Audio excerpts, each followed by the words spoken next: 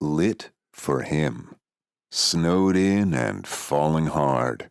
Written by Lainey Davis. Narrated by Carly Robbins and William DeMeritt. Chapter 1. Brian. No, absolutely not. The billboard needs to be up before Christmas Eve or the deal's off. I weave through traffic and salt trucks on Butler Street, phone pressed to my ear, searching for Bishop books. I don't care if they have to work overnight. Gunner Stagg's face sells shoes, and damn it!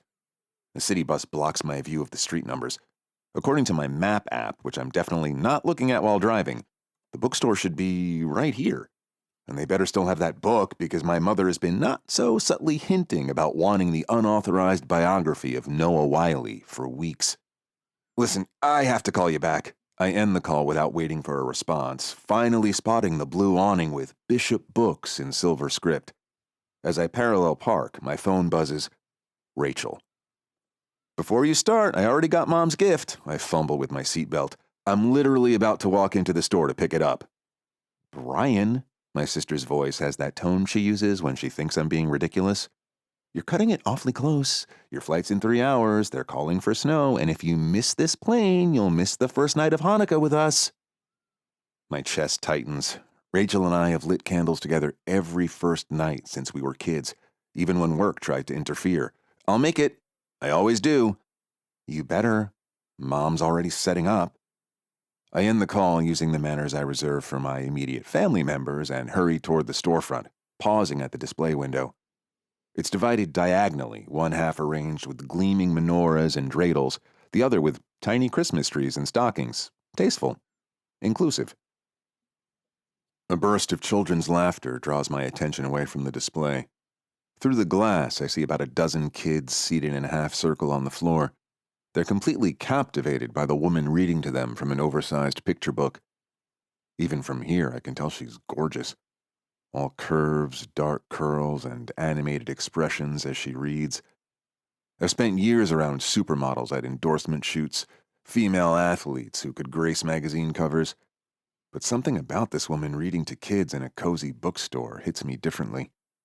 She's wearing a fuzzy cream sweater that hugs her body in all the right places, and when she looks up from the book to make eye contact with her audience, her whole face lights up. A bell chimes as I open the door, bringing a rush of cold air that intensifies the sense of pine and new books. She glances my way, and the warmth in her face contrasts with the December chill outside. Our eyes meet and my breath catches. Then her gaze drops to my phone, still in my hand, another call coming in loudly, and one eyebrow arches in silent judgment. I should put my phone away. Instead, I find myself frozen in place as she returns to her reading, her rich voice washing over me. And that's when the little Lotke learned that sometimes the best traditions are the ones we make together. The kids clap as she finishes the book. I shift my weight, unable to tear my eyes away from her natural grace in interacting with these tiny humans. Now remember, everyone, she says. Next week we'll have cookies and cocoa during story time. As long as your grown-ups say it's okay. A chorus of excited voices fills the shop as the children scramble to their feet. Their caretakers emerge from behind the shelves, gathering their offspring along with stacks of books. I tuck my phone into my pocket on silent, aware of time ticking away, yet transfixed by the way this woman handles her crowd. She high-fives each kid at their eye level, commenting on their holiday sweaters and light-up shoes. One little girl with curly pigtails tugs on her sweater. Miss Noah, will there be candy canes next week too? Noah. Her name is Noah. It suits her. She crouches down. Not next week, sweetie, but maybe after Hanukkah ends. Hanukkah. Mom's book. Right. I look over the shop's holiday pics display, but don't see it. My phone buzzes, and I quickly glance at it. Can I help you find something? I turn, and there she is, looking up at me with warm brown eyes and a knowing smirk. She smells like cinnamon and something sweet. Jam, maybe? Her shampoo? She's shorter than I expected, the top of her head barely reaching my shoulder. Up close, I can see a light dusting of freckles across her nose. The Noah Wiley biography, I blurt out. The new one by... Jacob Goldenberg? She grins. You're in luck. I have exactly one copy left. She guides me toward the nonfiction section, and I definitely don't notice how her hips sway. Let me guess. Last-minute gift? For my mother. My phone vibrates again. She's been hinting. Mm-hmm. Noah reaches up to a high shelf, her sweater riding up to reveal a strip of creamy skin above her jeans. And let me guess again. You're in a hurry to get somewhere. I blink. How did you... You have that look. She hands me the book. Plus, you keep almost vibrating out of your skin every time your phone goes off. I don't... The phone buzzes again, and I automatically reach for it. Tell you what. She crosses her arms under her chest. I'll ring you up extra fast if you promise not to take any calls until you leave my shop. I should be annoyed by her presumption. Instead, I push the phone deeper into my pocket. Deal. She leads me to the register, and I notice a small television mounted behind the counter showing a weather report. The meteorologist wears elf ears and gestures at an ominous-looking mass of clouds. That's going to hit us hard, Noah says as she scans the book, glancing out the window where snowflakes have already begun to swirl against the darkening afternoon sky. It's fine. I give her some cash. I'll be in Jersey before the storm arrives. Her fingers brush against mine as she hands me my change, sending an unexpected jolt through my system. If you say so. She slides the book into a paper bag and hands it to me with a dazzling smile. Safe travels, Mr. Klein. Brian Klein. I slide the book into my briefcase alongside contracts that suddenly seem frivolous. What is wrong with me? Well, Brian Klein, drive safe. I'm still thinking about the warmth of her smile as I return to my car and check my messages. Blinking snowflakes from my lashes, I see I've missed 3 from Rachel, 2 from my mother, and 1 from the airline.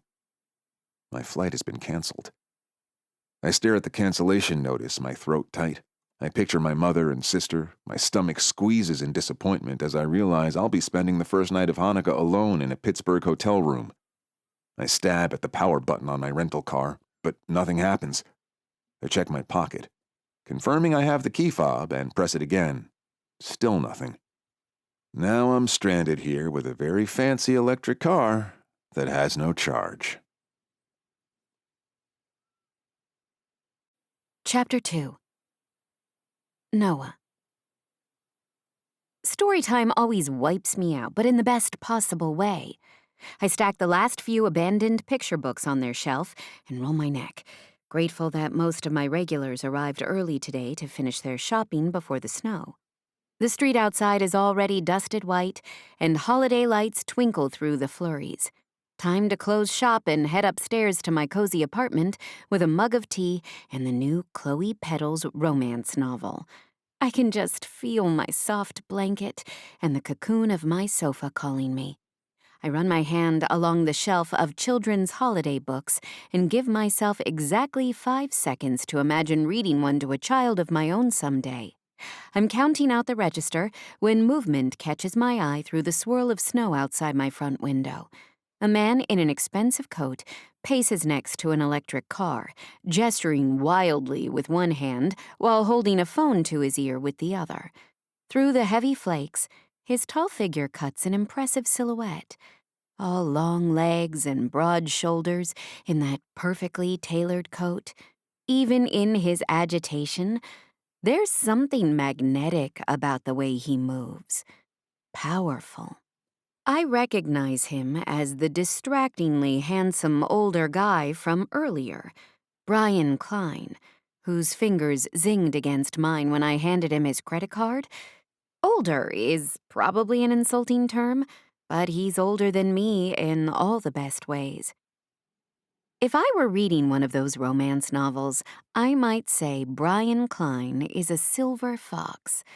Gray streaks in his hair, flecks in that perfectly groomed stubble, a carefully tailored suit. He kicks one of the tires and immediately winces, shaking his fancy shoe. Even through the glass, I can read the curse words on his lips. I shouldn't get involved. I should finish closing up and head upstairs, but I can't tear my eyes away from him. Earlier, I tried to be professional and not stare. But now I soak in the sharp line of his jaw. The way his dark hair curls slightly at his collar, and the snow adding white to the sexy speckles on his head. His whole body radiates controlled power, like he's used to commanding rooms, closing deals, making things happen. But something about his desperation tugs at me. Plus, I'm pretty sure I know exactly what's wrong with his car. The public charging station on the block has been malfunctioning all week, according to my regulars. It's hard enough for people with street parking to find a place to charge. I should offer a charging station through the shop. Capitalize on the captive audience. I grab my coat and unlock the shop door, letting in a blast of frigid air as I push it open. I shout into the wind, "Car trouble?" He spins toward me, phone still pressed to his ear. In the fading daylight, his blue eyes appear even more striking than they did in the shop. "I'll call you back," he says to whoever he's talking to, then gives me a sheepish look. "The battery's dead. I've been arguing with the rental company for 20 minutes. The charging station's been broken." He rolls his eyes. "Yes, I see that now." He blows out a breath. "They're supposed to bring me a replacement car and tow this one, but the service rep seems to think it's reasonable for me to wait multiple hours for this nonsense." He purses his lips and seems to stare at me, waiting for a reply. I watch his lips as he talks, noticing how expressive his face is, despite his apparent attempt to maintain a professional demeanor. This guy is all man, a real adult, definitely a fox. I see it now. The difference between him and the people I've dated before, the ones my sister mocks and calls man babies. His hands, when they aren't gesturing in frustration, are elegant, a businessman's hands. Yet they show surprising strength in the way he holds a phone. I hesitate, then add, "I have tea upstairs and heat. You're welcome to wait while they sort out your car." His eyes widen slightly. "You shouldn't invite strange men up to your apartment, Noah." He hesitates for a moment and his face softens. He rubs a hand on the back of his neck, wrinkling his nose. "I overheard one of the children use your name." I smile and tug my sweater tighter against the cold. "You're not that strange." I look up at the sky as the flakes really start to gather steam. Just a guy who bought his mom a book about a sexy actor. Besides, it's nearly sunset, and I was going to light the menorah. Would you like to join me? A gust of icy wind ruffles his hair, and I resist the urge to reach up and smooth it back into place. What is it about this man that makes me want to comfort him and ease the tension I can see in the set of his shoulders? His expression shifts. Something softens around his eyes. "I was supposed to be going home to see my family, but..." He gestures at the dead car, then glances at his watch. "Are you sure?" It's the season of miracles, right? What's more miraculous than finding someone to warm you up when you're stranded? I'm rambling now, but the snow is picking up, and he looks so lost standing there in his fancy coat. Plus, I make delicious tea, and I might have some donuts. He raises his brows. "Jelly-filled?" "My dad's recipe. He stress bakes during the holidays." Brian looks at his phone again, then at the darkening sky. A particularly fierce gust of wind whips snow between us, and I watch his resolve crumble. "All right. Thank you. Just until the car service arrives." "Of course." I gesture toward the side door that leads to the stairs of my apartment. Though, fair warning, I might talk your ear off about books. It's an occupational hazard. I lead him toward the side entrance, very aware of his presence behind me. He moves with an athlete's grace, despite his obvious exhaustion, and when I glance back, I catch him studying me with an intensity that sends warmth through my chest, despite the bitter cold. What am I getting myself into, inviting this gorgeous stranger into my space? Chapter 3. Brian. The stairwell to Noah's apartment is narrow and adorned with evergreen boughs and blue ribbons, forcing me to turn sideways to navigate around the corner.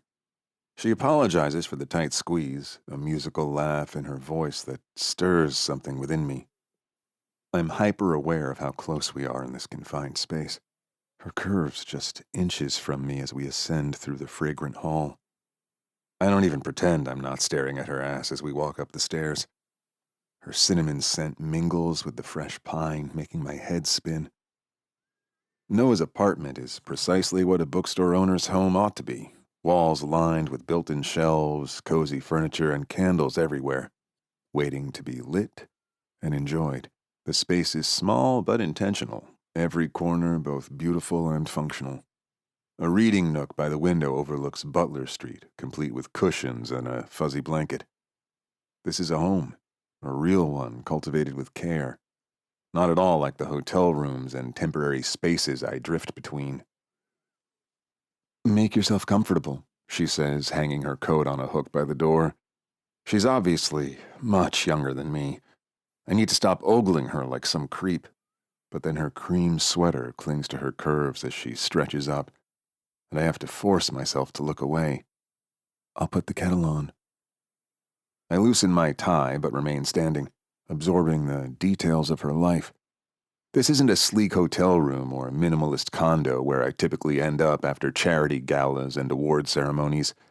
Those women, beautiful, interchangeable, ultimately forgettable, never showed me anything of substance, never revealed a life beyond designer labels and social media aesthetics. This woman's apartment tells a story. Each object feels intentionally chosen and meaningful. Fresh white flowers on the coffee table, well-worn paperbacks stacked beside an armchair. A collection of menorahs arranged on the windowsill chronicles her history, from childhood crafts to an elegant silver piece that must be an heirloom. It's a comforting reminder of home in a world where Christmas seems to have exploded everywhere. The authenticity of her space feels both foreign and magnetic to me, much like discovering a book I didn't know I needed to read. She glides through her small kitchen with effortless grace as she reaches for mugs. Every movement is a quiet testament to belonging, to knowing exactly where everything lives. When she bends to retrieve something from a lower cabinet, I have to stifle a groan at the way her jeans hug her ass. "The brass one was my grandmother's," she says, catching me staring. At the menorahs, thank God, not her curves. "That's the one I usually light." My phone buzzes again. Rachel, probably wondering why I haven't responded to her warnings about the storm, or my mother, concerned as per usual. Instead of checking, I silence it completely. "Here." Noah hands me a steaming mug that reads, "I like big books and I cannot lie." Her full lips curl up in a smile, and I'm mesmerized by the way she tucks a dark curl behind her ear. "Earl Grey okay?" "Perfect." Our fingers brush again as I take the mug, and that same spark shoots through me. "Stop it, Brian, you're being gross." "Thank you for all of this." She shrugs, but I catch a slight flush on her cheeks. Nobody should be alone on a holiday. She moves to the window, picks up her grandmother's menorah. "Even grumpy strangers with car trouble." I watch as she arranges the candles, her movements precise and practiced. How many holidays has she spent in this apartment looking out over her neighborhood? Everything about her radiates permanence. She's built a life here with roots sunk deep into Pittsburgh soil. I wonder again how young she is. "Would you like to light the first candle?" she asks, and something in my chest tightens. Have I ever shared this ritual with someone outside my family? I'd like that. She lights the helper candle, the shamash, and hands it to me. Our voices join together in familiar words as I touch the flame of the single candle on the right.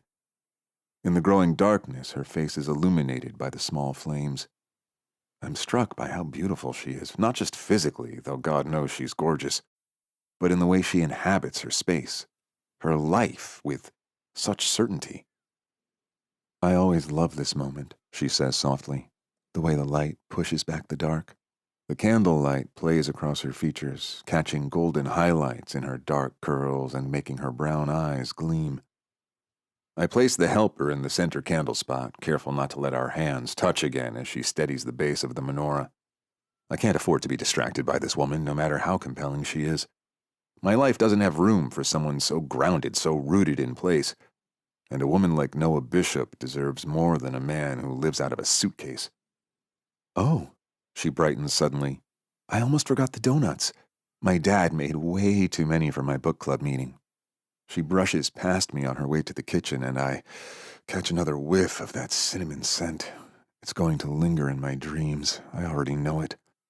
She stretches up to reach a container on top of the fridge, and I step forward instinctively to help, finding myself right behind her.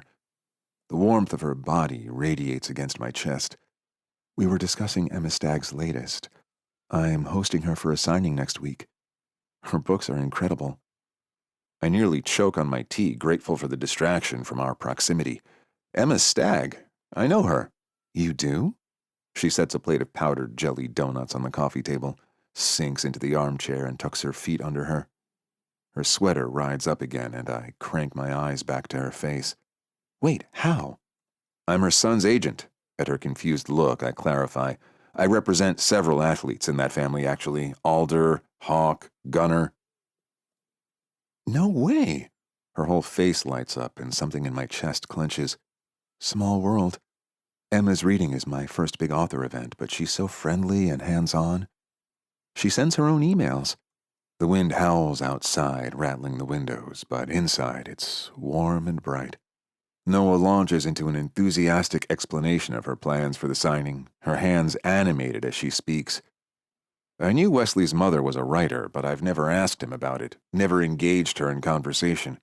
I'm always in too much of a hurry to close the next deal.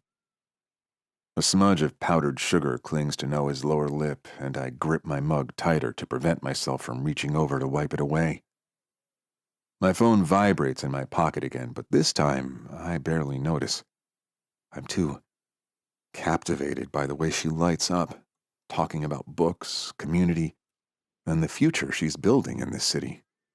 Everything I've spent my adult life trying to avoid. Everything I'm suddenly, terrifyingly wishing I had.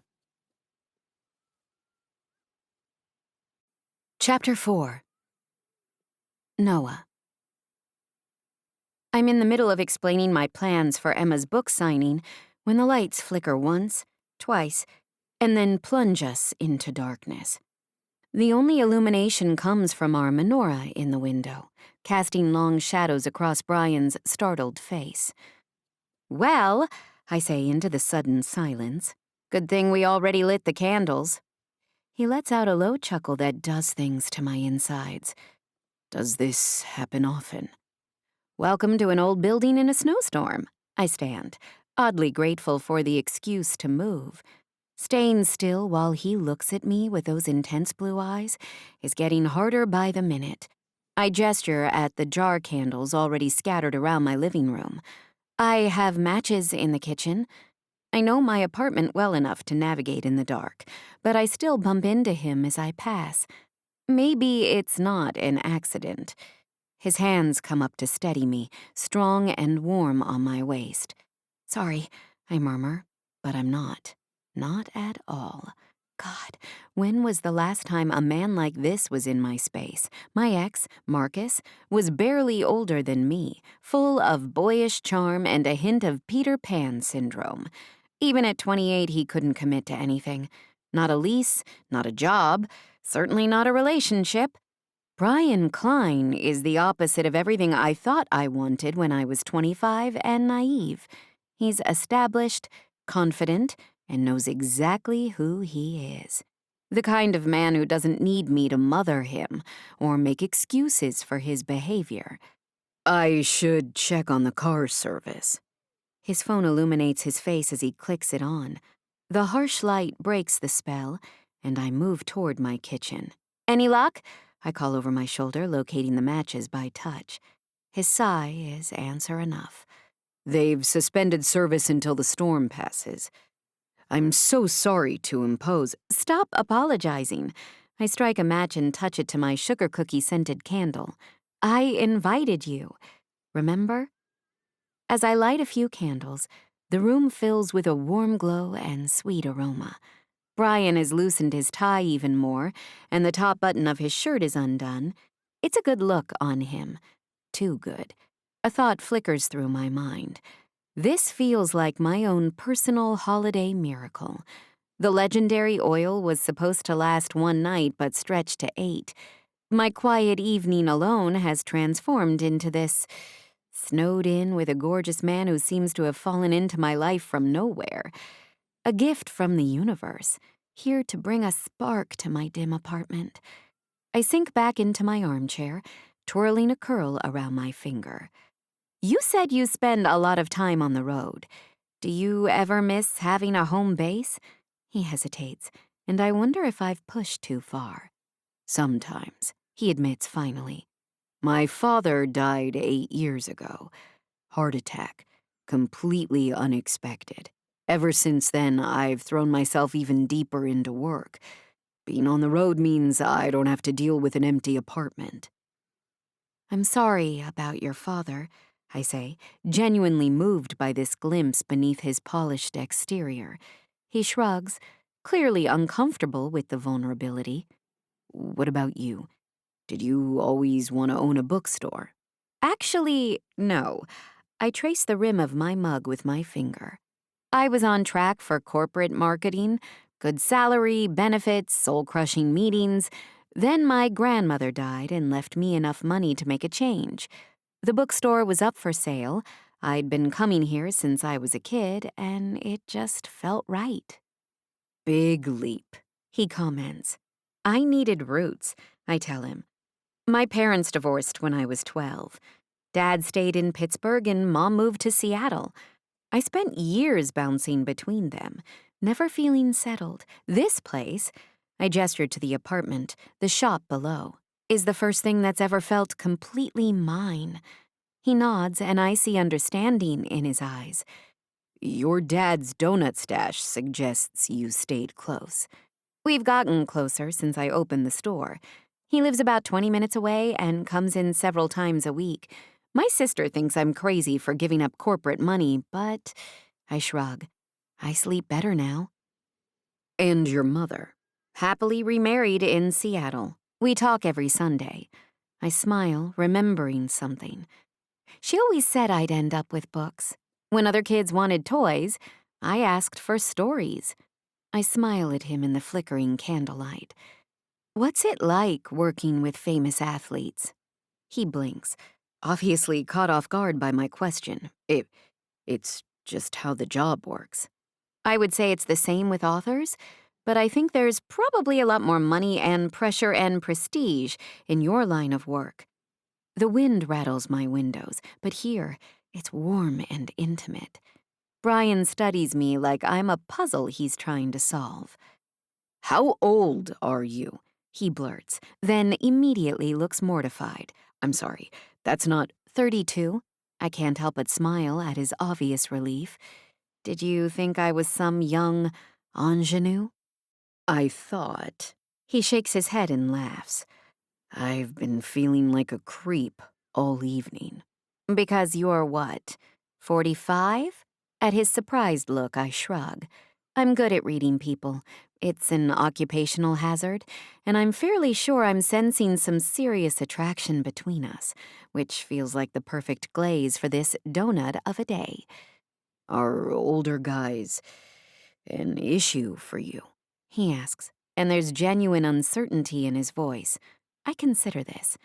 My last relationship was with someone my age who still needed his mother to remind him to pay his electric bill and thought loading a dishwasher was women's work. Age is just a number, Brian. Maturity is something else entirely. The compliment isn't lost on him. His eyes darken slightly as he watches me. You've given this some thought. His voice is lower now, almost husky. I stand and move to perch on the arm of his chair. Maybe it's the darkness, the storm, or the holiday magic, but I feel reckless tonight. Tomorrow I'll return to being responsible Noah Bishop, a small business owner. But tonight, I can take what the universe has dropped in my lap. My fingers find his tie and toy with the silk. I thought about you from the moment you walked in my door. Only now I'm worried you're about to check your phone again, instead of kissing me. His breath catches. Noah. I lean down and press my lips to his, soft at first, then with increasing urgency when he responds immediately. His hand comes up to cup my face, and I melt into him, sliding from the arm of the chair into his lap. When we break apart, we're both breathing heavily. He rests his forehead against mine. I should check. Your phone? I nip at his lower lip. The car service isn't coming tonight, Brian. You might as well stay put. His hands grip my hips. Are you sure? I think of the melting candles lit in the window, small but persistent against the darkness. Sometimes, miracles come in unexpected forms, like a snowstorm and a stranded stranger, like bravery in taking a chance on one perfect night. Instead of answering, I kiss him again, deeper this time. He groans into my mouth, and the sound rushes through me. When I pull back, his eyes are dark with desire. My bedroom's this way, I whisper, standing and holding out my hand. Unless you'd rather check your messages. He glances at his phone one last time, then deliberately places it face down on the coffee table. When he takes my hand, his grip is firm and confident. But as he rises to his feet, something flickers across his face. A hunger, barely restrained. His jaw tightens, and he pulls me close, his voice dropping to a rough whisper. Noah. His fingers thread into my hair. If we go in there, I need you to know something. His eyes search mine in the candlelight. It's been a long time. A delicious shiver runs down my spine. This is the real Brian Klein, not the polished professional, but the man beneath, raw with desire. I smile up at him, heart racing. I'll be gentle. Something primal flashes in his eyes, and before I can take another breath, he bends down and sweeps me into his arms. Baby. His eyes darken. Gentle is not what I'm looking for. The sudden movement makes me gasp. I'm not a small woman, but he lifts me effortlessly. Which room is yours? It's more of a command than a question, his voice a growl against my ear. Chapter 7. Brian. I wake in darkness to find my arm asleep beneath Noah's curves. We must have dozed off after we both came so hard that we extinguished our candles. I should shake my arm awake, but I can't bring myself to move. The storm still rattles the windows, but the howling has lessened somewhat. My phone remains in the living room, likely flooded with messages from Rachel and my mother. I know they're worried, but I'm so warm here in this bed that I can't bear to get up. Noah stirs, and her eyes flutter open. Hey, she murmurs, voice husky from sleep and other activities. The sound goes straight to my groin. Hey, yourself, I reply, pressing a kiss to her shoulder. You okay?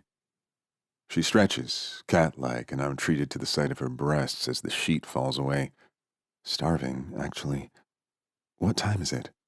I glance toward the window where the darkness gives me no clues. No idea. Does it matter? Her laugh feels warm against my skin. I guess not.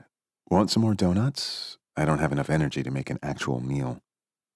Suddenly the bedside lamp flickers before steadily illuminating the room and casting a soft yellow glow across Noah's skin. Power's back, she says, blinking in the sudden light.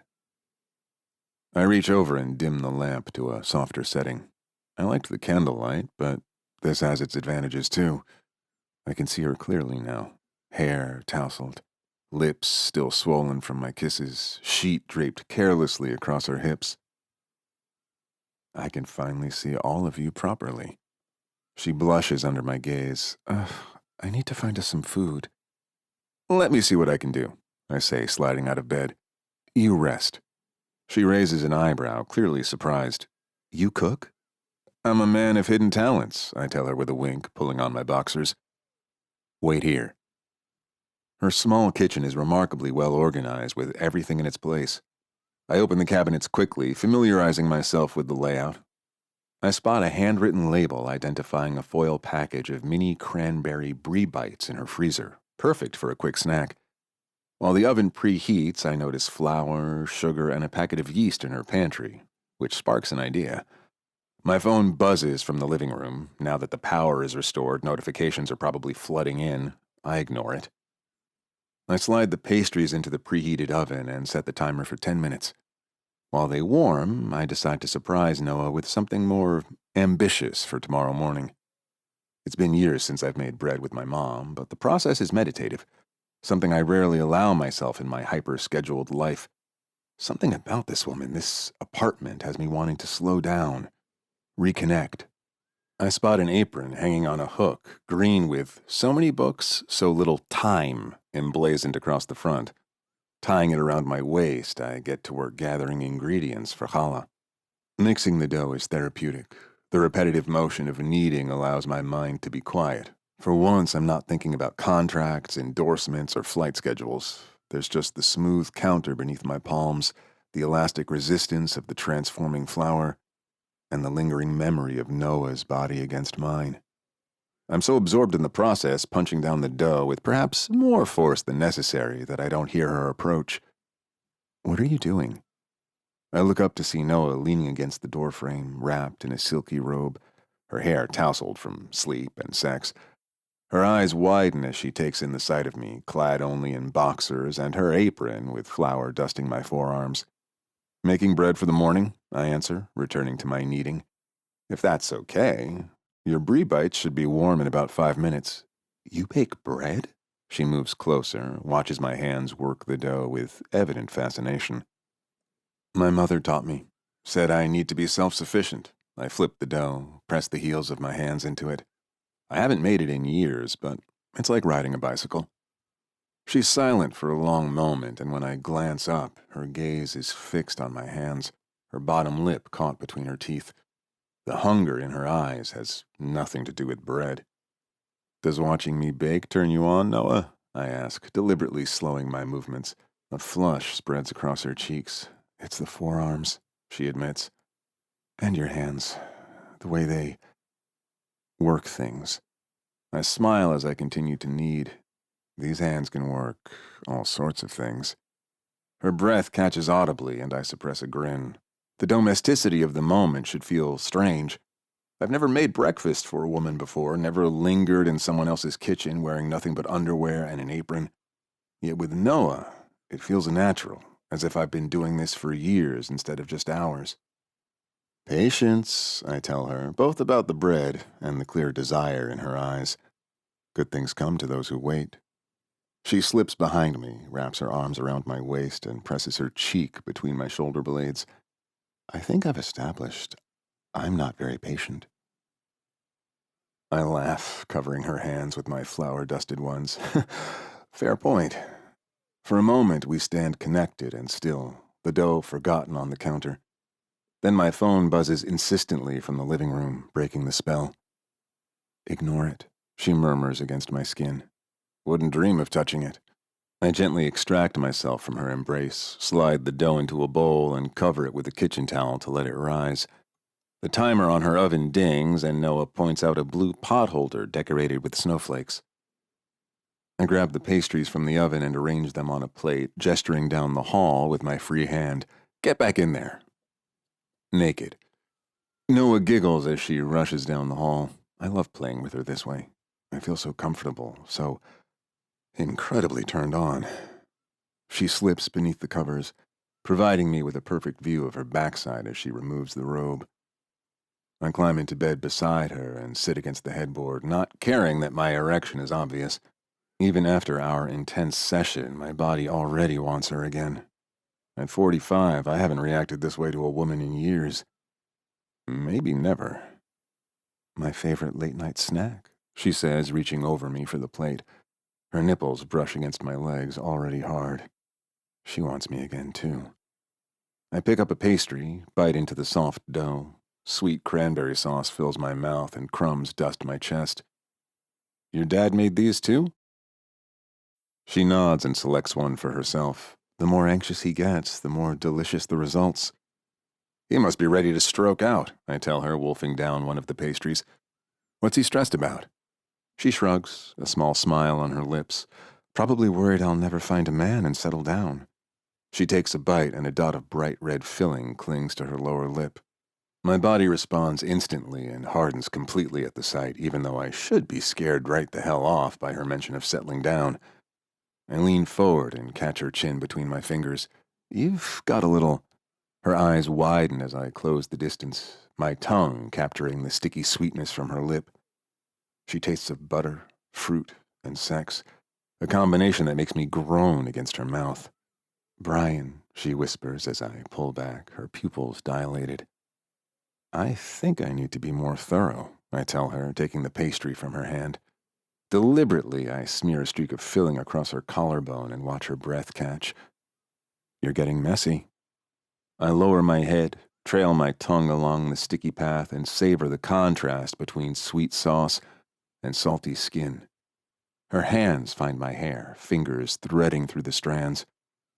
More, she demands, voice shaky. I take another bite of the pastry, letting sauce collect on my fingers. With deliberate slowness, I push the blankets away, exposing her breasts. I draw a sticky line down the slope of one mound and circle her nipple. Look at that, I murmur, my voice thick. You're such a mess, Noah. I lean down to clean her skin with long, slow strokes of my tongue. Her nipple hardens further against my mouth, and I suck the peak between my lips, drawing a moan from deep in her throat. The sheets, she protests weakly, even as she arches into my touch. I'll buy you new ones. Chapter 8. Brian. I've been awake for nearly an hour, just watching Noah breathe, committing to memory the curve of her cheek, the sweep of her eyelashes, the gentle part of her lips. My phone, retrieved from the living room floor sometime before dawn, vibrates with another message, the rental company. They'll be here in half an hour with a tow truck to collect the dead car and take me to the airport. I should wake Noah, but I can't bring myself to disturb her peace. Instead, I quietly slip out of her bed and head for the kitchen. I quickly braid the bread dough and find a pan to set it on, preheating the oven before I pad to Noah's bathroom. As I shower, I think about our night together and wince at the pleasant soreness in my muscles. I haven't worked quite this hard in ages. Under the hot spray, reality begins to seep back in. I have meetings this week in Chicago, the week after in Los Angeles. My mother is expecting me for Hanukkah. My life has a rhythm, constant motion, never settling, always chasing the next deal. One night of incredible sex doesn't change that. When I emerge from the bathroom with a towel wrapped around my waist, Noah is sitting up in bed, scrolling through her phone. The roads are clear, she says without looking up. They're saying the worst of the storm passed overnight. That's good. I hesitate, unsure of the etiquette here. The rental company is sending someone. They should be here soon. She sets down her phone, finally meets my eyes. Back to your regularly scheduled life, then. Noah reaches out and strokes the stubble on my cheek with a small smile. There's no accusation in her tone, just a calm acceptance that tightens my chest. I need to get to my family, I say, which is true but feels like an excuse. For the holiday. Of course. She slides out of bed, gloriously naked, and reaches for her robe. I'll make some coffee while you get dressed. I watch her walk out of the bedroom, the sway of her hips beneath silk making me want to call the rental company and cancel, to climb back into her bed and forget the outside world exists. But that's not who I am. I don't do that. I grab yesterday's clothes and follow my curvy temptation. I kiss the side of her neck as she fusses at the coffee pot, and then I slide the bread pan into the oven. Can you stay until it's ready? She glances over her shoulder, a hopeful look on her face that I know I'm about to crush. I shake my head, and Noah nods, punching the button on the coffee maker with finality. By the time I'm tucked in and packed, my briefcase seems ridiculous now, a symbol of my interrupted rush. Noah is in the kitchen, fully dressed in leggings and an oversized sweater, her hair pulled back in a messy bun. 2 mugs of coffee steam on the counter. Black, right? She asks, slides one toward me. Like my soul. She smiles. I don't think that's quite right, Brian. We drink in companionable silence for a moment, neither of us quite looking at the other. There's so much I want to express, but none of it seems to make sense. What could I possibly offer this woman? A night in whichever city I happen to be passing through? A text message when I'm feeling lonely in another hotel room? Wait here. Noah suddenly sets down her mug and disappears through the apartment door. When she returns, she's carrying a wrapped package, silver paper tied with a perfect blue bow. A slim paperback is also tucked against her chest. For your mother, she explains, handing me the wrapped gift. The book will mean more if it's presented properly. She hesitates, then extends the second book. And this one's for you. Something to read on the plane. I take both books, and our fingers brush against one another. The paperback is well worn, clearly from her personal collection. You didn't have to do that. I wanted to. She tucks a stray curl behind her ear. It's what I do. Books and pretty paper. Plus, every good bookstore owner pushes their favorite reads. My phone vibrates again. The tow truck is outside. I should... Go, she finishes for me. I know. I step toward her, cup her cheek in my hand. Noah, last night was incredible, she supplies. A winter miracle. I kiss her then, soft and lingering, trying to convey everything I can't say. When we part, her eyes stay closed for a moment longer than needed. Thank you, I whisper against her lips. For everything. She just nods, steps back. Travel safe, Brian. The walk down her narrow stairwell feels longer than it did last night. Each step takes me further from her warmth and back into the cold reality of my life. The tow truck driver is waiting, stamping his feet against the chill next to a flatbed that will apparently be my ride to the airport. Rough night with the storm, huh? He asks as I approach. I glance back at Noah's shop, at the window where I know she's watching. Actually, no. It was perfect. The flight to Newark is bumpy, the aftermath of the storm creating air pockets that jolt the small regional jet. After texting my sister to ask for a ride, I crack open Noah's book instead of my usual work emails. A small piece of paper peeks out from between the pages. Her phone number, written in careful script along with, in case you want to discuss the ending, N.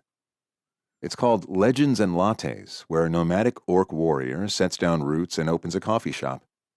By the time we arrive, I'm halfway through, completely captivated by the cozy story about found family, second chances, and creating a home base. I understand why Noah chose this. It's a fantasy novel about a warrior who exchanges her sword for an apron and discovers that the most extraordinary adventure is building a life worth staying for. The parallels aren't lost on me. And then I land, and the airport is chaos. Holiday travelers delayed by the weather, all frantic to reach their destinations. I navigated on autopilot. The familiar routine of security lines and boarding gates requires none of my actual attention. Noah's book tucked safely in my briefcase. Rachel is waiting in the arrivals area, bundled in a heavy coat, her expression a blend of relief and irritation. You're alive, she exclaims, pulling me into a brief hug. Would it have killed you to answer any of the 30 texts Mom and I sent? I was dealing with car trouble, I reply, which isn't exactly a lie, and then the storm knocked out power. She gives me a skeptical look as we walk to her car. Since when does Brian Klein, master of contingency plans, let a little snow strand him? Since a pair of brown eyes and a bookshop full of stories made me forget why I was always in such a rush. It happens, is all I say. Rachel chatters the whole way to our mother's house in West Orange, filling me in on family gossip and holiday plans. I make appropriate noises at the right intervals, but my mind keeps drifting back to Pittsburgh. Our mother's house is exactly as it's been for decades. The same overstuffed furniture with worn velvet arms, the same faded floral wallpaper in the dining room, and family photos covering every surface in mismatched frames. The kitchen still features the yellow ceramic canisters she bought in the 70s, and the living room carpet shows permanent indentations from furniture that hasn't moved in 20 years. It smells like brisket, furniture polish, and home. Mom greets me with kisses on both cheeks and quickly starts asking about my weight. You look thin. Aren't you eating? I eat, Mom. Hotel food, she scoffs. Comes out the same way it goes in. I hand her the wrapped book, and her face lights up. So fancy. Did the store do this? I picture Noah's fingers gently folding the paper and tying the ribbon. Something like that. The evening unfolds as it always does. Food, candles, presents, and more food. My niece and nephew light up at the gifts I've brought. My sister rolls her eyes at my work stories, and my mother beams at having all her babies under one roof. It should feel like coming home. Instead, I feel as if I've left something important behind.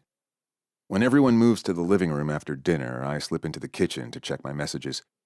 3 emails from Gunnar Stagg regarding a new endorsement deal. A text from Alder Stagg about scheduling time to review his contract.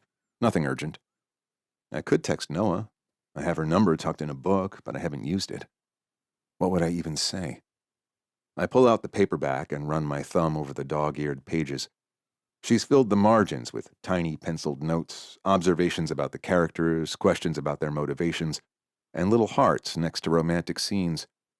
Reading her thoughts feels intimate, as if she's whispering commentary in my ear. My phone rings in my hand, and the display shows the name of my client, Tucker Stagg. Tuck, I answer, grateful for the distraction. What can I do for you at... I glance at my watch. 9:30 on the second night of Hanukkah. Sorry, man, is it a bad time? I don't know how that works. It's fine. What's up? 2 things. First, we need to schedule that big meeting with all of us Stags you rep. Alder's got some questions about image rights. Wyatt received a new offer from Manchester, and Gunnar wants to discuss that baby food campaign. My mind immediately calculates travel days, hotel reservations, and car rentals, the usual drill. And second, Tucker continues, my buddy from the hockey team is looking for new representation. He's a decent forward, about to negotiate his second contract. I told him you're the best. I appreciate the referral, I say automatically. So, can you come to Pittsburgh sometime soon? We can have a big dinner and get everyone together. Easier than trying to catch us all separately. Pittsburgh. I could be back in Pittsburgh. Potentially regularly if I take on Tucker's friend in addition to my usual stag herd of clients. Sure, I hear myself saying. I'll make it work. After we hang up, I stand frozen in my mother's kitchen, staring at the wrapped book on the counter. The silver paper catches the light, reminding me of the candlelight reflecting in Noah's eyes. I pick up Noah's book again and reread one of her margin notes. There's something magical about waiting for dough to rise. It can't be rushed. My chest tightens. I flip to the piece of paper with her number and trace the careful digits with my finger. I should text her. Tell her I'm mostly through the book. Ask what she thought of Chapter 12. But what then? What future could I possibly offer someone so settled when my life is just airports and hotel rooms? I open my laptop at the kitchen table, pull up real estate listings in Pittsburgh, initially just office spaces, small places where I could establish a satellite operation. Then, almost without conscious thought, I'm looking at apartments, condos, places with actual furniture, not hotel suites. What are you doing? I jump in my sister's voice, close the laptop too quickly. Work stuff. Rachel raises an eyebrow. On Hanukkah, Mom will have a fit. Just a quick check. She studies me for a moment. Something's different about you. What happened in Pittsburgh? Nothing, I say too quickly. She doesn't believe me, Rachel never does, but she lets it slide and tugs me back toward the family gathering. As I settle onto the couch and watch my nephew play with his new toys, I try to focus on the present, on the family I already have, on the life I've carefully built. But my mind keeps drifting to a bookshop with a blue awning, to Bree in bed, to a woman who sees through my polished exterior to the man underneath, to margin notes that feel like love letters, to a phone number I'm terrified to call. I could have even more reason to be there regularly. The thought should fill me with dread, commitment, routine, roots. Instead, I find myself fighting a smile as I mentally rearrange my schedule. Chapter 9. Noah. After sending Brian on his way with my favorite book and a lingering kiss, I pull the golden bread from the oven. It smells heavenly, with each plate of the braided loaf perfectly twisted. I can't bring myself to eat it, so I try to doze off on the couch. The bed feels far too empty, still holding on to the scent of him and our night together. The couch feels safer, more neutral ground. I wake up to an empty apartment, the silence almost oppressive after hours filled with his voice, his laughter, and his groans of pleasure. For a moment, I wonder if I dreamed the whole thing. The storm, the candlelight, Brian. But the pleasant ache between my thighs tells a different story. I stretch, feeling the delicious soreness in muscles I'd forgotten I had, each movement reminding me of how thoroughly I was claimed last night. My quick nap ends up lasting until 9:30. I overslept, but given that I was up half the night engaged in Olympic-worthy sexcapades, I'll forgive myself. I have just enough time to properly shower and open the shop. Under the hot spray, I catalog the evidence of our joining: a bite mark on my inner thigh, fingertip bruises on my hips, lips tender from his kisses. My reflection in the steamy mirror reveals a woman I barely recognize, flushed, satisfied, and somehow more vibrant than the person who stood here yesterday morning. But as I dress and make more coffee, practicality sets in. Brian Klein has already left the Steel City, probably sitting in some airport lounge, checking emails, as our night together fades into memory with each mile between us. A winter miracle indeed, fleeting and magical, never meant to last. Downstairs, the bookshop feels strangely transformed, as if the space itself knows what happened above it. I straighten stacks of books that don't need straightening, dust shelves I cleaned only days ago. When I reached the nonfiction section, I pause, my fingers tracing the spot where the Noah Wiley biography once sat, where I first felt that spark when our hands touched. "You're being ridiculous," I mutter to myself as I flip the store sign to open. Morning brings the usual weekday regulars: Mrs. Abernathy with her romance novel obsession, Professor Coleman searching for obscure poetry collections, the high school kids who hide in the corner reading manga during their free period. Their familiar presence helps ground me and pulls me back into the rhythm of my real life. The shop phone rings and startles me from my thoughts. "Bishop Books, how can I help you?" "You forgot to call last night," my father's voice, concerned but trying not to show it. "Everything okay, sweetheart?" Guilt overwhelms me. I know Dad's a huge worrier, and I didn't even text. "Sorry, Dad. The storm knocked out power. I went to bed early." Not technically a lie, though certainly an omission of critical details involving a sexy silver fox. "Well, you'll make it up to me tonight, yes? Carol's bringing her crew. The kids are excited to see their favorite aunt." I smile in spite of myself. I'm their only aunt. "Details. I'm making latkes with rosemary. Your sister requested sweet potatoes, but they fall apart. Traditional is better, right?" "You know me too well." 6 o'clock. Don't be late." He pauses. "You sound different." "Happy." "Just well rested," I say quickly. The power outage meant no screens. Early bedtime. After we hang up, I check my phone for... what? Brian didn't reach out. We didn't make promises. We didn't discuss the next steps because there aren't any. He lives his life in airports and hotels, chasing the next deal. I live mine here, between these walls lined with stories that never quite match the reality of modern romance. The morning passes in a blur of customers and cocoa. By lunchtime, I've almost convinced myself that last night was simply a pleasant fairy tale, a story I'll tell myself on lonely nights, but nothing to build hopes around. My sister texts a reminder about tonight's family dinner, complete with a photo of her 3 children dressed in blue and white dreidel pajamas. The sight grounds me. This is my life. Family dinners, community events, book orders, and quarterly taxes. A life built on purpose and permanence, not passion and impulse. Dad's house is chaos incarnate when I arrive, exactly as I expected.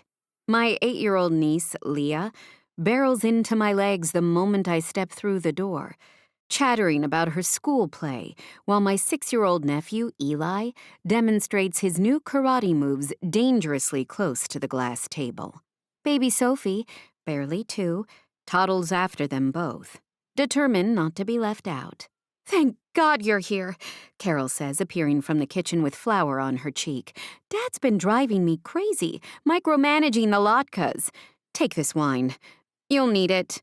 I accept the glass gratefully and follow her back to the kitchen, where Dad stands guard over a sizzling pan, spatula held like a weapon. "You're flipping them too early," he tells my brother-in-law, who looks genuinely afraid. "Daddy," I kiss his cheek. "Leave the poor man alone." I hand him the wrapped loaf of challah. Dad lights up when he sees me, pulls me into a hug that smells of oil and comfort. "My Noah, finally someone who understands the sacred art of grapeseed oil for frying." Daniel whispers, "Thank you," over Dad's shoulder and sneaks into the living room. "How's the shop?" Dad asks, handing me a spatula like a baton in a relay race. He unwraps the bread to set on a plate for dinner. "That storm didn't cause any damage, I hope." "Everything's fine," I say, focusing intently on the browning potato pancakes. "Just lost power for a bit." Carol narrows her eyes at me from across the kitchen.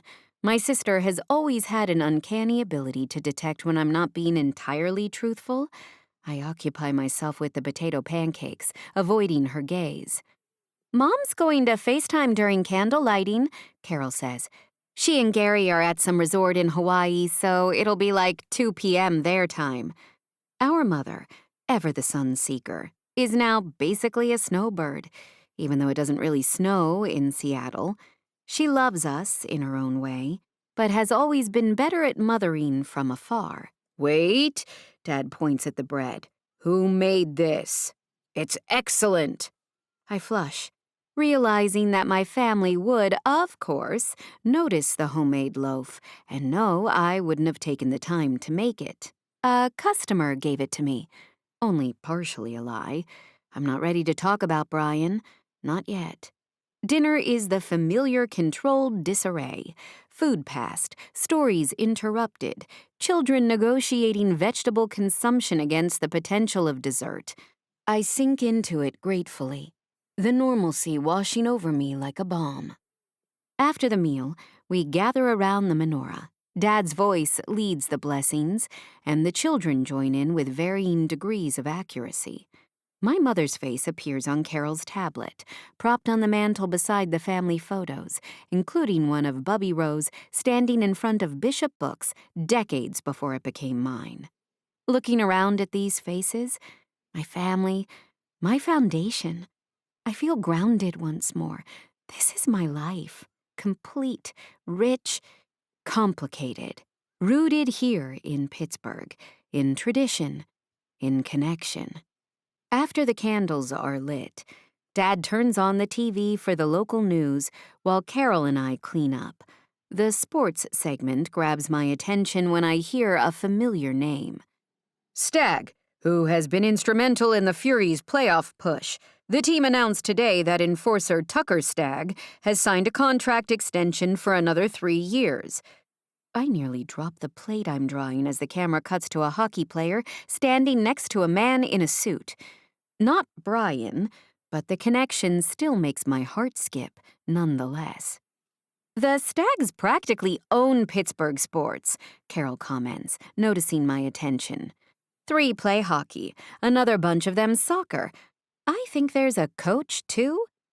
"Emma Stagg is doing a book signing at my shop next week," I say, trying to sound casual. "She's married to one of them." "Fancy," Carol smirks. "Look at you with your celebrity connections." If only she knew. I turn back to the dishes, determined to focus on the present, on what's real and lasting. Last night was just that. One night. A perfect memory to tuck away, nothing more. But as I drive home later, past streets still dusted with snow, The image of Brian's face as he said goodbye plays in my mind. The tenderness in his otherwise sharp eyes, the lingering press of his lips. I push the thoughts away. One night doesn't change a lifetime of patterns. Men like Brian Klein don't suddenly decide to settle down, and women like me don't uproot their lives for fleeting passion. Still, as I pass the spot where his car was stranded, I can't help but slow down. The electric charging station at the end of the block now displays an out-of-order sign. I smile despite myself and send a silent thank you to whatever mechanical failure led to my festival of light-up sex. Chapter 10. Brian. My Chicago hotel room feels even more sterile than usual. The same generic abstract art hangs above the king-sized bed, and the same beige curtains frame a view I've seen a dozen times before. After a night in Noah's apartment, with its colorful walls, overflowing bookcases, and the scent of cookies and cinnamon, this place feels like a sensory deprivation chamber. I check my watch, 7:30 a.m. I've been awake since 5, nursing a terrible hotel coffee while reviewing the day's agenda. Basketball star Jamal Hawkins needs damage control after his 3rd DUI. Track champion Savannah Ellis Parker is threatening to sue her sponsor over a dropped contract due to her pregnancy, and 3 separate football rookies need contract negotiations handled yesterday. Just another day in the life of Brian Klein, extraordinary sports agent. Except today, the thought of playing fixer fills me with uncharacteristic exhaustion.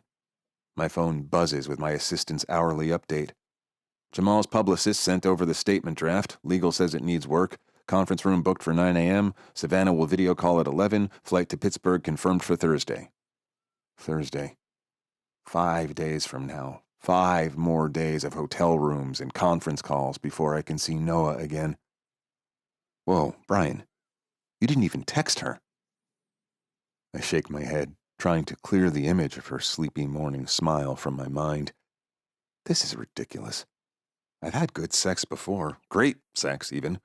One night with a bookstore owner shouldn't be hijacking my thoughts during billable hours. But it wasn't just about the sex, was it? It was the way she laughed with her entire body when I told her about Gunnar Stagg's Vegas wedding. The casual way I baked in her kitchen and rummaged in her linen closet for sheets. The peace I felt watching her light the menorah, her voice blending with mine in familiar rituals. The rented conference room is already half full when I arrive, and Jamal's team of handlers is looking anxious. I slip into professional mode automatically, my voice shifting to the commanding tone that's become my trademark. The statement needs a complete rewrite. It reads like he's sorry he got caught, not sorry he endangered lives. I toss the paper onto the table. And we need to get ahead of the suspension. Preemptive community service, substance abuse program, the works. Jamal's manager begins to protest, but I interrupt him. You hired me to fix this, not coddle him. He's one incident away from losing everything. My voice carries the authority of someone who's seen careers implode. If he wants to maintain his endorsements, he follows my plan to the letter. By the time we break, I've outlined a rehabilitation strategy that might salvage Jamal's career if he actually follows through on it. As everyone files out, I find myself wondering what Noah would think of all this. Would she see me as ruthlessly efficient? Would this version of me put her off? The one who steamrolls opposition and speaks in terms of damage mitigation rather than actual redemption? I rub my temples and try to focus. I've never cared what a woman thought about my work before. Why start now? Savannah's video call provides a welcome distraction. At 6 months pregnant, the Olympic gold medalist's face fills my laptop screen, and her frustration is evident. They buried it in the contract language, Brian. Page 42, subsection C. If I'm unable to compete for any reason, they can reduce payment. Pregnancy discrimination is illegal, I remind her. Tell that to their legal team. They're calling it physical inability to perform obligations. I pull up the contract on my second screen and scan the relevant sections. We have options: public pressure, legal action, or renegotiation with performance criteria based on your post-pregnancy return. As we discuss strategy, my mind unexpectedly drifts to an image of Noah. Her belly swollen with pregnancy, reading to children in her bookstore. The vision is so vivid it momentarily steals my breath. I've never had that reaction before. Never imagined a woman carrying my child. I'm pushing 50. What the hell is happening to me? Brian, did you hear what I said? I snap back to the present. Sorry, connection issue. You were saying? After Savannah's call, I have a brief window before my lunch meeting. Instead of reviewing emails, I find myself looking at Pittsburgh real estate again. A commercial space a neighborhood away from Bishop Books has just been listed. Corner location, plenty of natural light, walking distance to a confident, curly-haired woman who's colonized my thoughts. My finger hovers over the contact button before I stop myself. This is ridiculous. What sane business owner looks at real estate after one incredible night during a snowstorm? My phone buzzes with a text from Alder Stagg. When are you back in Pittsburgh? Tucker says you're coming for some big meeting. The Staggs? A legitimate business reason to be there regularly. To see her often. But that's assuming she even wants to see me again. My lunch with the basketball executives passes in a blur.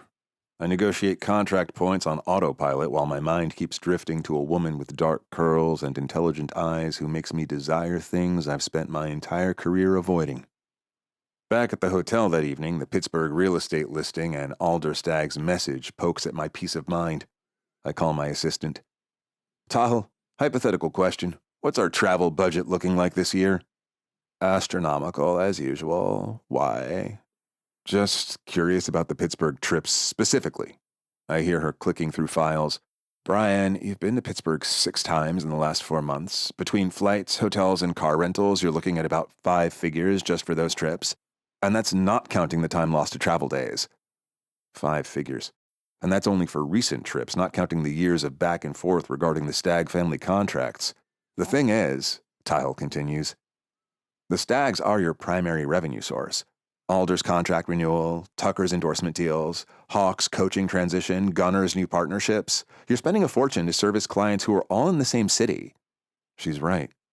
I've been so focused on maintaining my nomadic lifestyle that I haven't realized how much of my business has become established in one place. That's the only thing settled in my life, in fact. What are you thinking? She asks. I pace the length of the hotel room. I don't know.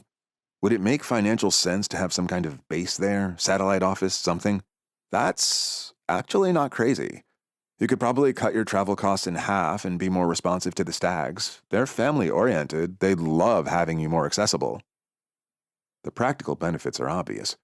But there's another reason I'm considering this, one that has nothing to do with profit margins and everything to do with a woman who lights fragrant candles and reads stories to children. Would you want to relocate? I ask. If we did something like this. Are you kidding? I'm from Ohio originally. Pittsburgh's a great city, way cheaper than here, and I'm tired of coordinating your travel schedule from 3 time zones away. Her enthusiasm surprises me. I thought you loved San Diego. I love efficient business operations more.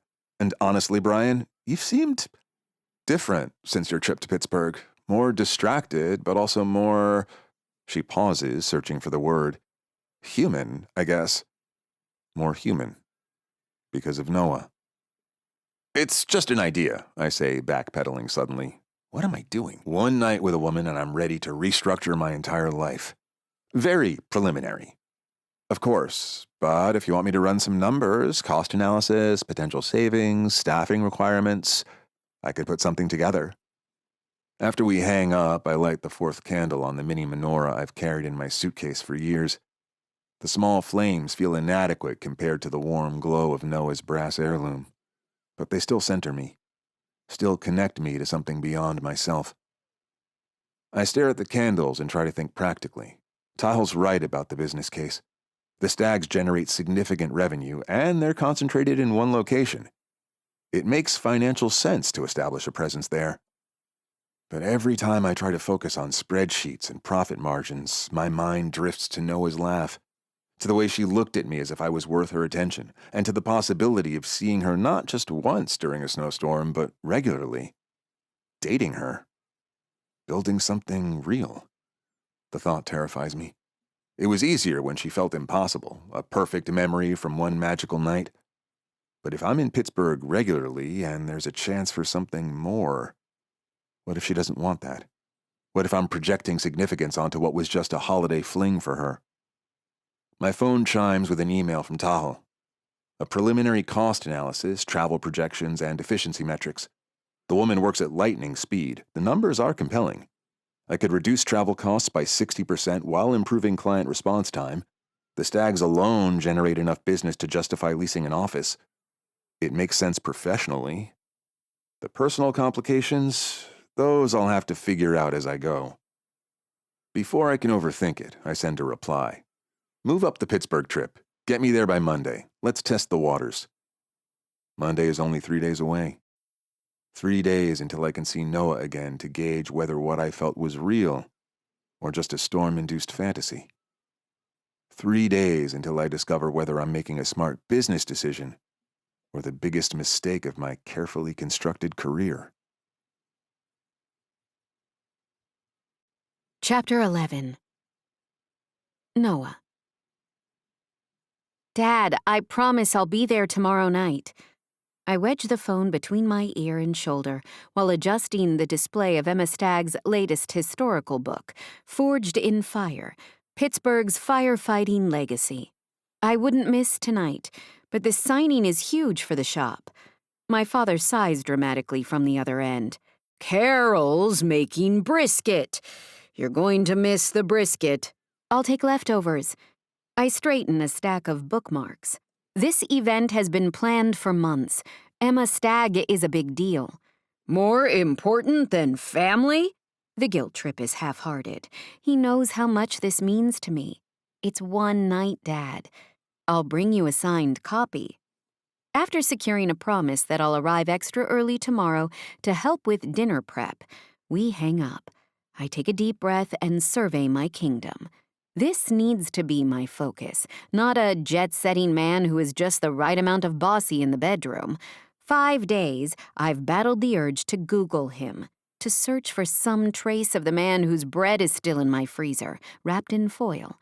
A physical reminder I wasn't ready to discard. I shake my head at my foolishness. He would have at least texted me by now if he was going to reach out. Even though we made no promises, I still feel the loss of what could never be. Bishop Books has never looked better. The usual shelves have been carefully rearranged to accommodate 6 rows of chairs with a center aisle between them. Strands of tiny white lights frame the windows and wind through pine garlands along the bookshelves, creating a warm glow against the early winter darkness. A small podium stands at the front, flanked by tasteful arrangements of white flowers. The signing table is draped with blue cloth, stacked with pre-signed copies for those who can't stay, equipped with Emma's preferred felt-tip pens. Every detail matters. When I left corporate marketing, my boss told me I was wasting my organizational skills on a dying industry. 3 years later, I've transformed this shop into a community landmark, and events like tonight's are the reason why. Is this where you want the refreshments? Maya, my part-time assistant, gestures toward a side table. Perfect. And the napkins? Stacked and ready, blue and silver as requested. I nod, checking my watch. 2 hours until the event. The weather forecast promises clear skies, which means we should hit our expected attendance of 65. I've hosted larger events, but none featuring such a high-profile author. After ensuring the sidewalk and wheelchair ramp are freshly salted, I head to the back room, where 3 volunteers are already donning the Bishop Books t-shirts I ordered in their exact sizes. You're all set? Remember who does what? I hand each of them a laminated card with bullet points. Any questions? They shake their heads, amused by my intensity. I know I'm being type A, but events like this can make or break an independent bookstore's reputation. Back on the floor, I adjust the thermostat. Too warm, people get sleepy during the reading. Too cold, they'll be checking their watches instead of engaging. 68 degrees, the sweet spot of literary attentiveness. For a moment, my mind drifts to the warmth of another winter night. Brian's arms around me as we watched the dancing candlelight during the power outage. I push the thought away. Focus, Noah. Tonight is about Emma Stagg and her book, not daydreaming about a man who's probably negotiating contracts in some fancy high-rise by now. The door chimes an hour before the event, and a striking red-haired white woman enters, accompanied by a tall white man with an intense gaze and tattoos. "Welcome to Bishop Books," I greet them, immediately recognizing Emma Stagg from her author photos. In person, she's more vibrant, her smile warm and genuine. "It's so great to have you here. You must be Noah," she says. "Your shop is lovely." "Thank you. We're thrilled to have you." I extend my hand to her husband. "And you must be Mr. Stagg." "Thatcher," he corrects with a smile, shakes my hand. "Emma's been looking forward to this. She says your event coordination has been refreshingly seamless." I feel my cheeks warm at the compliment. I try to handle the logistics so authors can focus on connecting with readers. "Well, it shows." Emma glances around. "Mind if I check out the space before everyone arrives?" As I show her the setup, more stags begin filtering in. Gunnar, the hockey player, arrives with his wife Emerson, a cellist whose presence causes a minor stir among the early arrivals. A younger couple introduces themselves as Odin and Thora, followed by an intimidatingly attractive woman named Lucy, who seems to be the same age as Emma and Thatcher. Before long, the front row becomes a stag family reunion, their easy banter and casual touches signaling deep bonds. I watch them during quiet moments of preparation, fascinated by their dynamics. The inside jokes, the playful ribbing, the casual physical affection. They radiate a sense of belonging in a way that makes my heart ache slightly. With 15 minutes remaining, the shop is filling up nicely.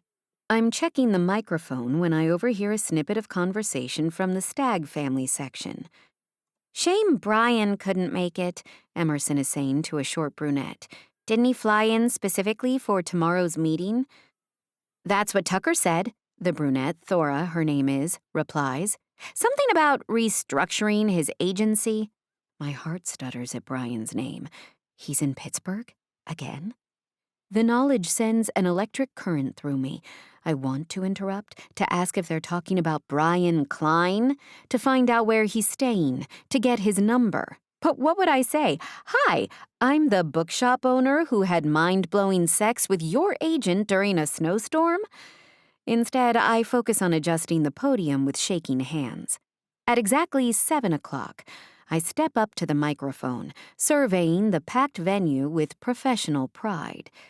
This is what I've built. My domain. "Good evening and welcome to Bishop Books. We're honored to host best-selling author Emma Stagg for the launch of her newest historical work, Forged in Fire." As I begin my introduction, highlighting Emma's contributions to Pittsburgh's documented history, I notice movement toward the back. The bell above the door tinkles softly as a late arrival slips in. I keep my professional smile fixed, holding my rhythm as I list Emma's accolades. But my heart knows before my eyes confirm it. Standing at the back of my shop, dressed in an immaculate navy suit under a snow-dusted wool coat, is Brian Klein. Our eyes lock across the crowded room. For one dangerous moment, I forget the words I've rehearsed a dozen times. His slight smile, is it just for me? Nearly undoes me completely. With superhuman effort, I bring my attention back to my notes and finish Emma's introduction without further stumbling. As applause fills the shop, I step away from the podium and my body burns with awareness of his presence. Chapter 12. Brian. I've taken 1,000 flights, but this one has my nerves rattled like I'm a rookie athlete before his debut game. My phone buzzes with Tahil's third message of the morning. I bark an unnecessarily terse response, then immediately call back to apologize. "Sorry about that, just stressed about this trip? Yeah, I gathered." Her voice carries knowing amusement. Your hotel is confirmed. Corner suite at the Fairmont. The car service will meet you at baggage claim. Thanks. And the meeting? Social lunch at 11 at Stag Law, Tim's office. Then serious business tomorrow morning, same building, but in the conference room. I watch Pittsburgh's skyline emerge through breaks in the clouds as we descend. Somewhere in those streets is a bookshop with blue awnings and a woman who's turned my carefully structured life upside down. The Stag Law building occupies prime downtown real estate, all gleaming glass and steel above the giant tree and ice rink set up for the December holidays. Tim Stagg, a grumpy bastard just like me, has a corner office on the 32nd floor with views of all three of the city's rivers.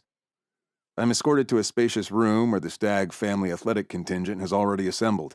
They're loud, physical, and exude the easy confidence of men who've spent their lives being exceptional at something. There he is! Hawk claps me on the shoulder with enough force to stagger a smaller man. The man who refuses to answer his phone on a weekend. I set down my briefcase. I just don't feel like talking to you anymore. I grin and pull him in for a hug. You're ignoring the family. Tim appears in the doorway, arms folded across his chest. Unlike his pro-athlete brothers, Tim projects authority through stillness rather than physical prowess. We were starting to think you'd abandon us for your bigger clients. Never. I shake his hand firmly. You're the best-behaved clients I have. The room bursts into a mix of protests and laughter. Remember when Gunnar got married in Vegas? Alder chimes in. To a complete stranger, Tucker adds. Gunnar throws a wadded napkin at his brothers. Who is still my beloved wife, you jackasses. Language, Tim warns as a petite blonde woman wheels in a catering cart laden with covered dishes. Alice spent hours on this lunch. Alice Stagg, Tim's wife and the firm's corporate chef, starts to unveil platters of turkey and stuffing sandwiches, cranberry salads, and what appears to be homemade pumpkin pie. Alice, this is incredible, I say, genuinely impressed. You didn't have to go to all this trouble. She waves away my thanks. When Tim said all the Stagg men were gathering with Brian, I knew I needed to feed you properly. Hotel room service and airport food? She makes a face of pure disgust. As we settle around the table, I take mental inventory. Hawk, now coaching professional soccer after his playing career. Wyatt, visiting from his team in London. Wes, the striker, and the hockey trio of Gunnar, Alder, and Tucker. Plus Tim, the counselor who keeps them all legally protected. 6 clients from one family, all gathered in one city. All the reasons I have to be here regularly. After we filled our plates and exchanged the usual small talk, Tim clears his throat. So, Brian, your admin mentioned you wanted to discuss restructuring. I take a careful sip of water. I'm exploring the possibility of establishing a satellite office here in Pittsburgh. My assistant pointed out that my travel costs are astronomical. It makes fiscal sense to focus my personal attention on my core clientele, the Stagg family, while building a team to handle my other clients. The room falls silent. Hawk leans forward. You're putting down roots? What happened to I sleep in more cities than I have socks? People change, I say with a casualness I don't actually feel. Since when? Gunnar scoffs through a mouthful of sandwiches. Since about 4 days ago, apparently, Tucker mutters to his twin. I shoot him a sharp look. Has Tyle been gossiping? This is excellent news, Tim intervenes smoothly. Having you local would streamline our operations considerably. We'll need to discuss the legal implications, of course, but I think this arrangement could benefit everyone. Tim's enthusiasm helps quiet the voice in my head, questioning whether this is a smart business move or merely an elaborate excuse to be near a certain bookstore owner. Hawk shakes his head. Brian, dude, I've known you for decades, and now you'll be around for Sunday dinner. I pause, sandwich halfway to my mouth, considering his words. Do these men really view me as that much of a friend? Sure, I've been to their weddings, but I thought they felt professionally obligated to invite me. Have I been ignoring this potential for half my life? The conversation shifts to logistics, office locations, associated personnel, and contract provisions. I answer on autopilot, my mind partially elsewhere. If I establish an office in Pittsburgh, I could see Noah regularly. But would she want that? Earth to Brian. Wes waves a hand in front of my face. You with us? Sorry, jet lag, a weak excuse for a 1-hour flight. I asked if you'd be at Mom's book signing tonight, Wes repeats, since you're representing half her family. Book signing? At Bishop Books, Gunnar explains. Emerson's making me go, but ditching me afterward for orchestra practice. On Emma's thing, Wyatt explains. Historical book about Pittsburgh. This one's about firefighters. Bishop Books. Noah's shop. My pulse quickens embarrassingly. I didn't realize that was tonight, I say, aiming for nonchalance. I picked up a book there during the snowstorm. Nice place. 6 pairs of eyes turn toward me with identical expressions of surprise. Alder stage whispers, "Did Brian Klein just compliment a retail establishment?" "Someone check if he has a fever," Tucker says. Tim observes with lawyerly precision. I've never heard you praise any location that wasn't a 5-star hotel or a Michelin restaurant. I feel heat creeping up my neck. It's just a bookstore. With a good-looking owner, Hawk says casually, and my head snaps up. He grins. Lucy mentioned meeting her, said she was refreshingly competent, which is high praise from my wife. I wouldn't know, I lie, reaching for my glass of water to conceal my expression. The meeting ends with handshakes and promises of revised contracts to come. As the stags filter out, Hawk lingers behind. You know, when I met Lucy, I was convinced relationships and career couldn't mix, he says conversationally. Turned out I was just afraid of what it meant to let someone matter that much. I narrow my eyes. What exactly are you implying? He raises his hands in surrender. Nothing, just an observation from someone who's been there. The signing starts at 7 if you're interested. For 3 hours, I pace around my hotel room, alternating between working on contracts for tomorrow and staring out the window in the general direction of Butler Street. The rational part of my brain catalogs all the reasons why showing up at Noah's shop is a terrible idea. 1. I have basically ghosted her, and my anxiety climbs higher the longer I avoid just fucking calling. 2. It's a professional event for her, not the place for personal matters. 3. I'd be surrounded by stags who have an uncanny ability to push my buttons. 4. What exactly is my endgame here? But rational thought feels powerless next to whatever magnetic pull that draws me toward Bishop Books. At 6:45, I give in, call for a ride, and choose a navy suit that's slightly less formal than my usual business attire. I leave the tie loose, a small concession to the more casual setting. The shop windows glow invitingly as my car pulls up across the street. Through the glass, I can see it's packed. Every chair is filled with people standing along the walls. Noah moves confidently to the front, adjusting a microphone, her dark curls swept into a loose updo that reveals the graceful line of her neck. She's wearing a deep blue dress that hugs her curves, appearing every bit the successful business owner. My throat tightens. She's magnificent. I wait until she starts speaking before slipping through the door, the small bell announcing my arrival despite my attempt at discretion. I position myself at the back, behind a tall bookshelf where I can see her, but stay partially hidden. Mid-sentence, her eyes meet mine. For a heart-stopping moment, she hesitates, a slight catch in her professional delivery that probably no one else notices. But I notice. I see the flash of surprise, the almost imperceptible widening of her eyes, the faint color rising in her cheeks. Then, with impressive composure, she continues, her voice steady even as her gaze flickers back to me once more. She saw me. And unless I'm completely delusional, that wasn't displeasure in her eyes. Now I just need to figure out what the hell to say to her. Chapter 13. Noah. Emma Stagg is a natural storyteller. For nearly an hour, she captivates the audience with tales of Pittsburgh's firefighting history, weaving personal anecdotes and meticulously researched facts together. Apparently, she and Thatcher's younger son are joining the Pittsburgh department. I stand at the back, ensuring everything runs smoothly, but my awareness is consumed by the dark-suited figure, half hidden behind the mythology section. Every time I glance his way, Brian's eyes are already on me. Not casual observation, but focused intensity warms my skin, despite the distance between us.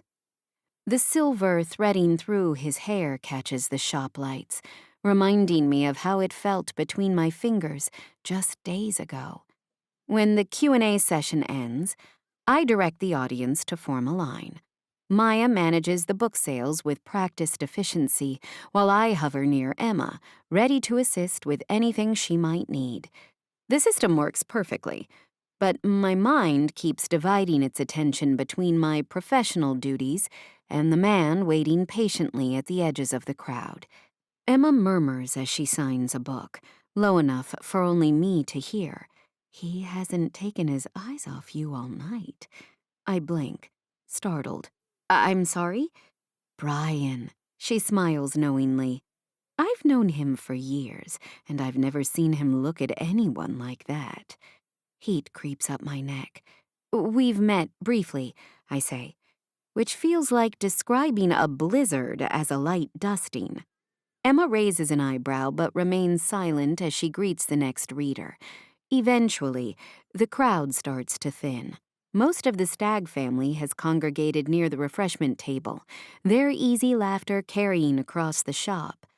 Brian has migrated closer, now engaged in conversation with Thatcher and Gunnar, but even as he speaks, his gaze continuously seeks mine.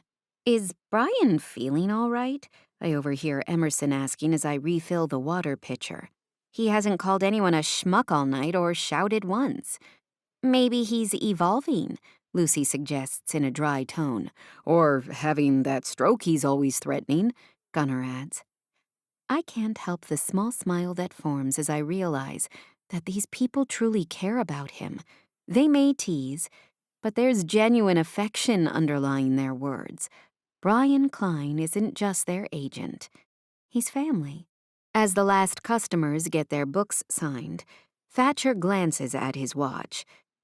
Emma, we should head out. You have that radio interview early tomorrow. Emma nods, gathering her things. Thank you for hosting, Noah. It was absolutely perfect.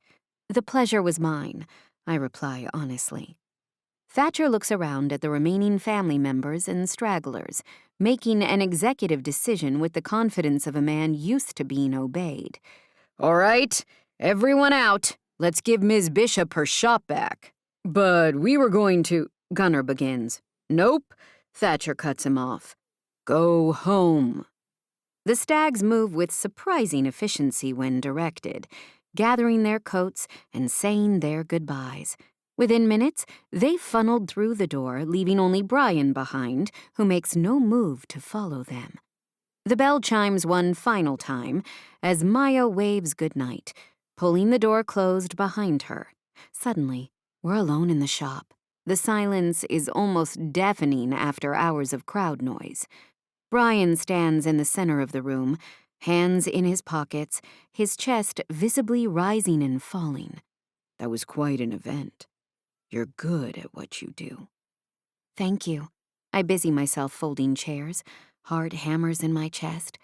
I wouldn't have expected to see you back in Pittsburgh so soon. I moved up my trip. He takes a step closer. I needed to be here. I look up, abandoning any pretense of tidying. For a meeting? That's part of it. Another step. Did you light the candles today? The question catches me off guard. Not yet. I was planning to after closing up. I didn't light mine either, he admits. Hotel rooms don't feel right for it. Time seems suspended between us. The air is heavy with unspoken words. Taking a breath, I ask the question that might change everything. Would you like to come upstairs? Help me with the flames? His eyes darken, and in 3 quick strides, he's by my side.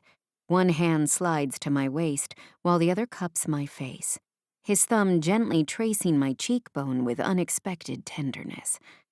I haven't stopped thinking about you, Noah, he says, voice rough. Not for a single minute. Me neither, I admit. The admission breaks any remaining restraints between us. He pulls me against him, his mouth claiming mine in a kiss that's both familiar and new, the same heat, the same hunger, but now weighted with possibility rather than fleeting connection. I melt into him, my hands gripping the lapels of his suit, my body remembering exactly how we fit together. This isn't the desperate urgency of strangers seizing a moment during a storm. This is deliberate, chosen. When we finally break apart, both breathless, his forehead rests against mine. "So," he says, a smile playing at the corners of his mouth, "about those candles." Chapter 15. Noah. I've been awake for several minutes, just watching Brian sleep. The steady rise and fall of his hairy chest, the way his face softens in sleep, with hardness melting away from his features. This morning feels different from our first one together. No rush, no storm clearing, no sense of a fleeting connection. Instead, there's a tentative permanence to the way his arm drapes possessively across my waist, the way our legs remain tangled beneath the sheets. His eyes flutter open, instantly finding mine. "You're staring," he murmurs, his voice rough with sleep. "Appreciating," I correct him, echoing his words from last night. He smiles, pulls me closer, and presses a kiss on my forehead. We lie like that for several minutes, neither speaking, just existing in the quiet intimacy of the morning. "I finished your book," he says suddenly. "The fantasy one about the orc." My heart skips. "You did? What did you think?" "I loved it." His fingers trace lazy patterns on my bare shoulder. "You were right about the parallels." He meets my eyes. "Your margin note about familiar faces really got to me." Joy blooms in my chest. He not only read it, he understood why I chose it for him. "I'm so glad you liked it." "It made me think about what I want my life to look like." He pauses. "Speaking of which, I have my contract meeting with the Stag family today to finalize yesterday's discussion."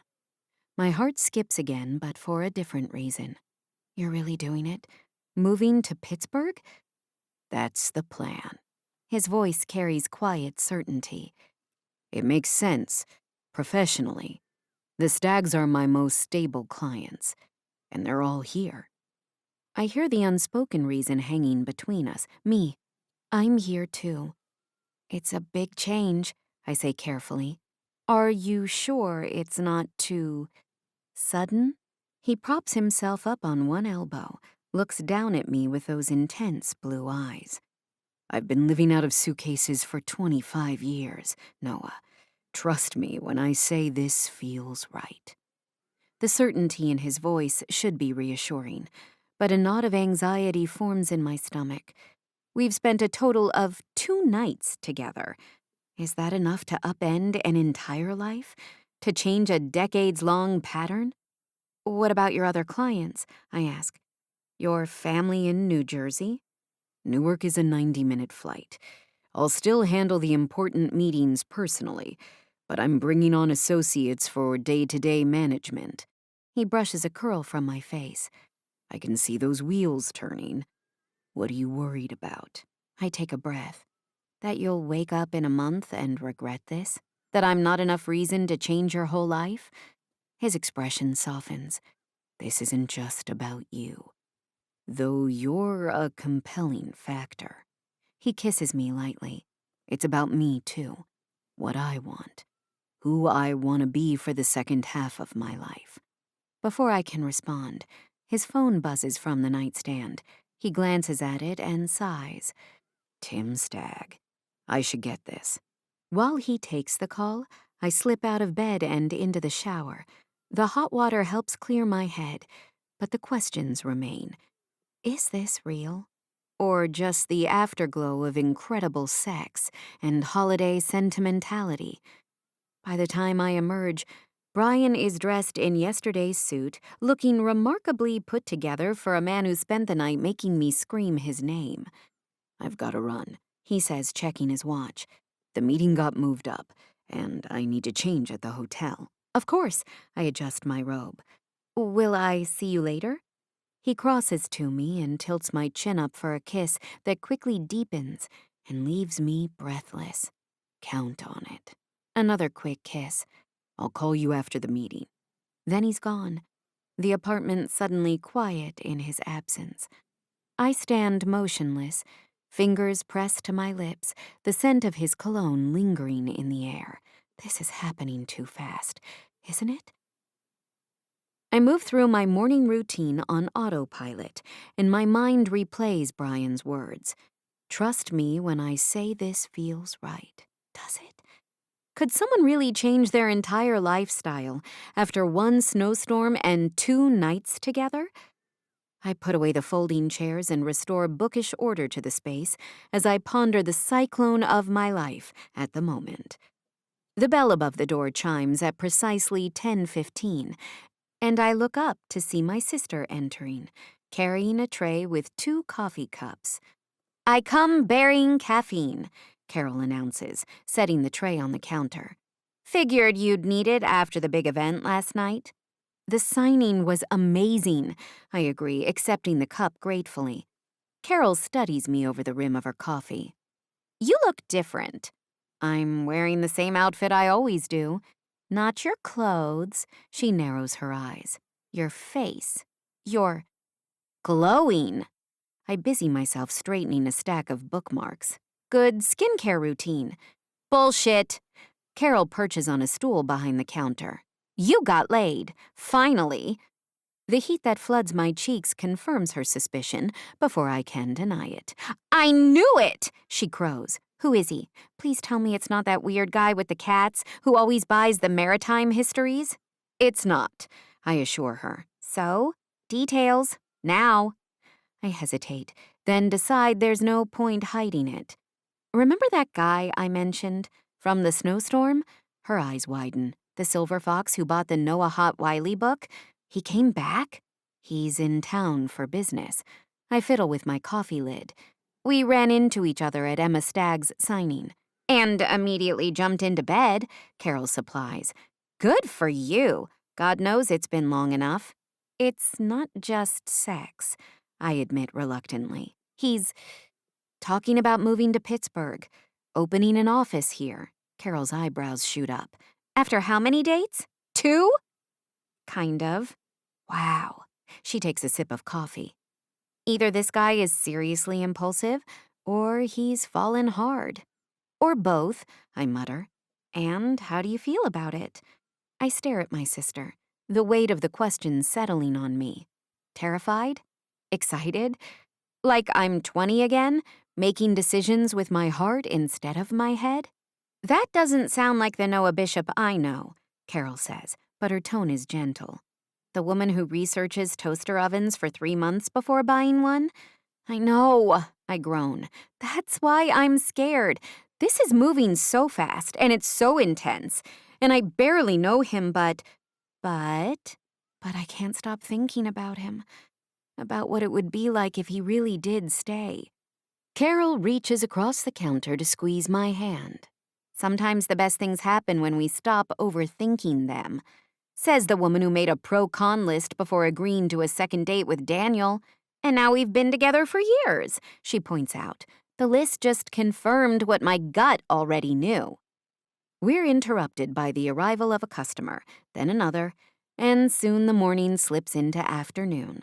Carol leaves with a reminder not to be late for dinner with the family.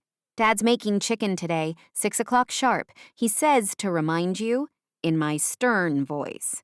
I'll be there, I promise.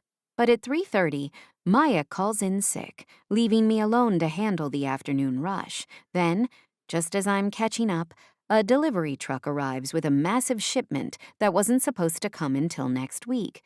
By the time I've signed for everything and stacked the boxes in the stockroom, it's after 5, and my phone is dead. I forgot to charge it last night, too distracted by Brian's presence. I plug it in by the register and type out a quick message to tell Brian I have family commitments tonight, before I continue shelving new arrivals. I lose track of time until I glance at the clock and see it's nearly 6:30. Shit, I mutter, grabbing my coat and phone, which failed to send my message. On top of that, I've got 3 missed calls from my father, 2 from Carol, and 1 from Brian. A text from him. Meeting went great. Can we talk tonight? I didn't know how to reach out all day. Kept picking up the phone and putting it down. This is new territory for me. No time to respond now. Dad will send a SWAT team if I'm any later. I lock up the shop and sprint to my car, guilt gnawing at me from 2 directions. I've missed the first half of family dinner, and I haven't spoken to Brian all day after he spent the night in my bed. I don't want to text and drive, though, and there's a strict no phones policy during family dinner. I'll have to remember to quickly hit send as I race up the walk. Focus, Noah. Traffic crawls through town, every red light conspiring against me. By the time I pull up to my father's house, it's past 7. Through the window, I can see the family gathered around the dining table, the candles unlit on the sideboard. They've waited for me to light it. The realization tightens my throat as I hurry up the walkway, wondering if Brian is waiting for me too. Chapter 16. Brian. Tim Stagg's corner office is as elegant as any I've seen in New York or L.A. The conference table is covered with documents, spreadsheets, and coffee cups, evidence of our 3-hour meeting that's finally winding down. These terms look good, Brian. Tim slides the revised contract across the table.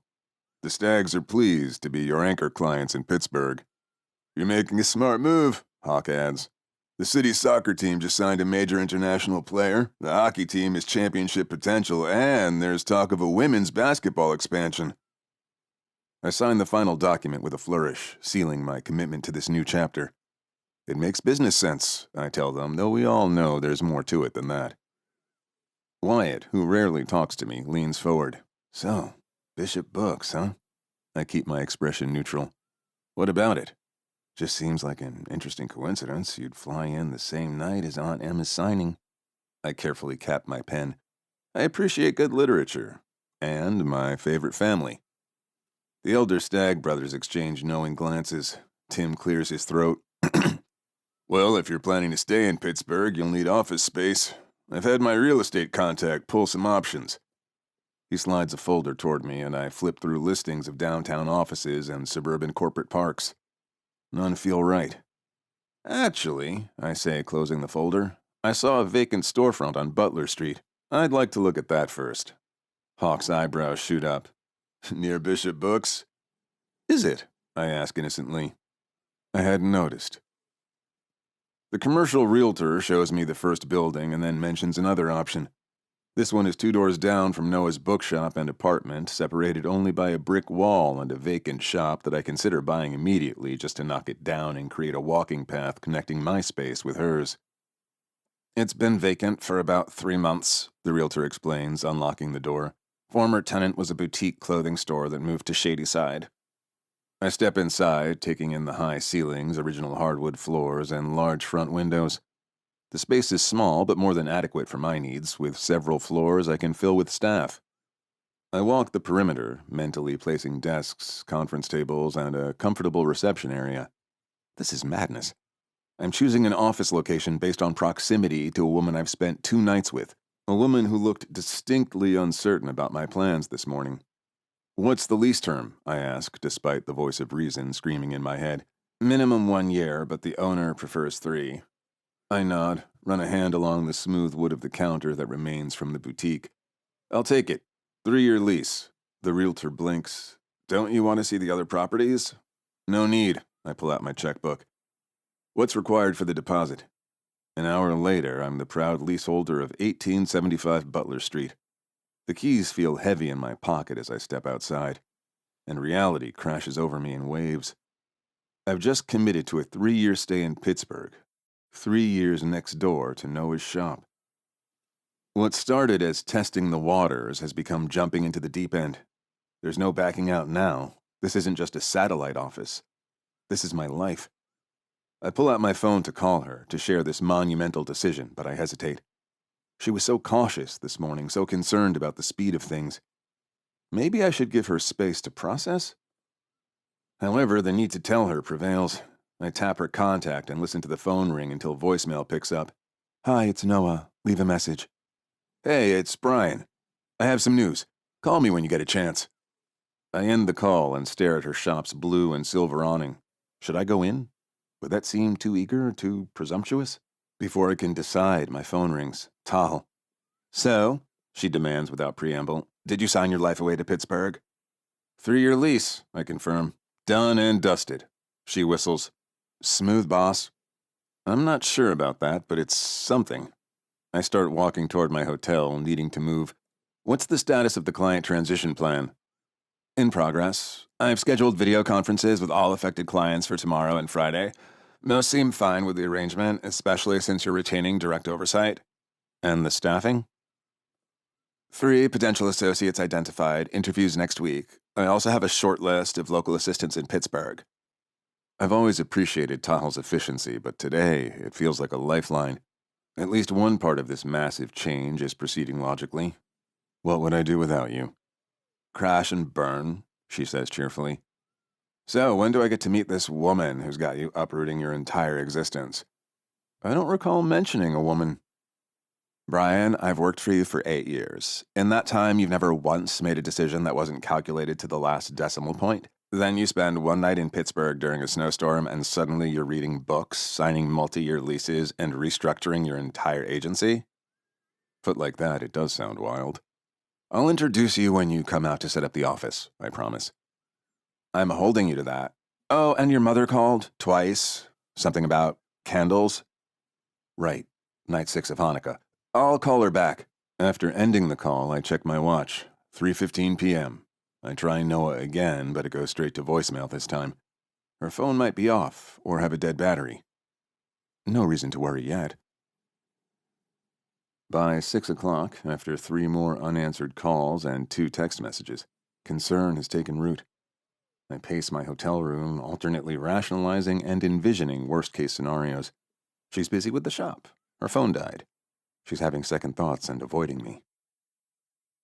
Unable to stand it any longer, I grab my coat and head back to Butler Street. The winter evening has settled over the city, and street lamps cast pools of light on the sidewalks.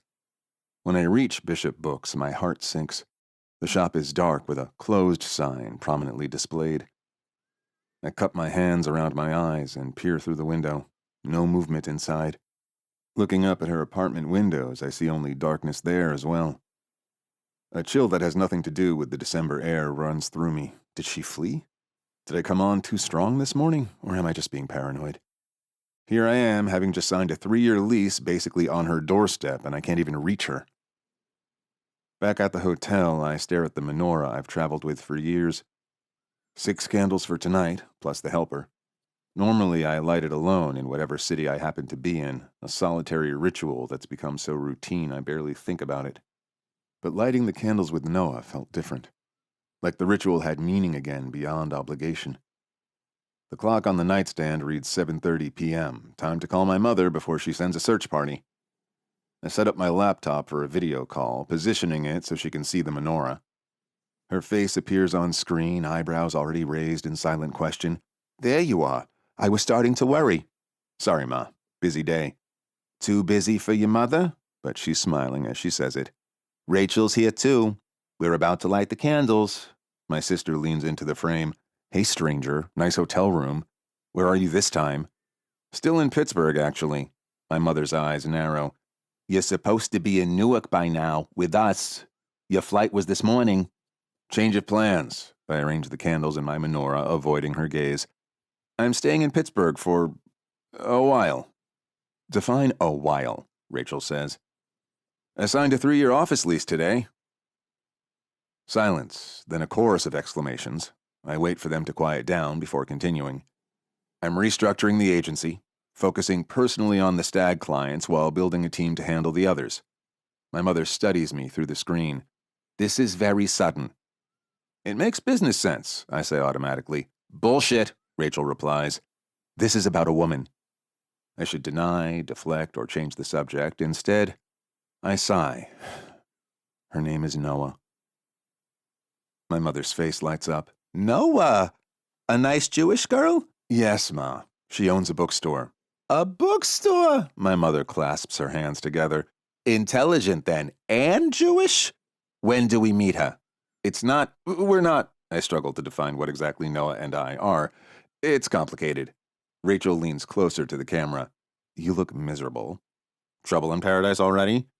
I haven't been able to reach her all day, I admit.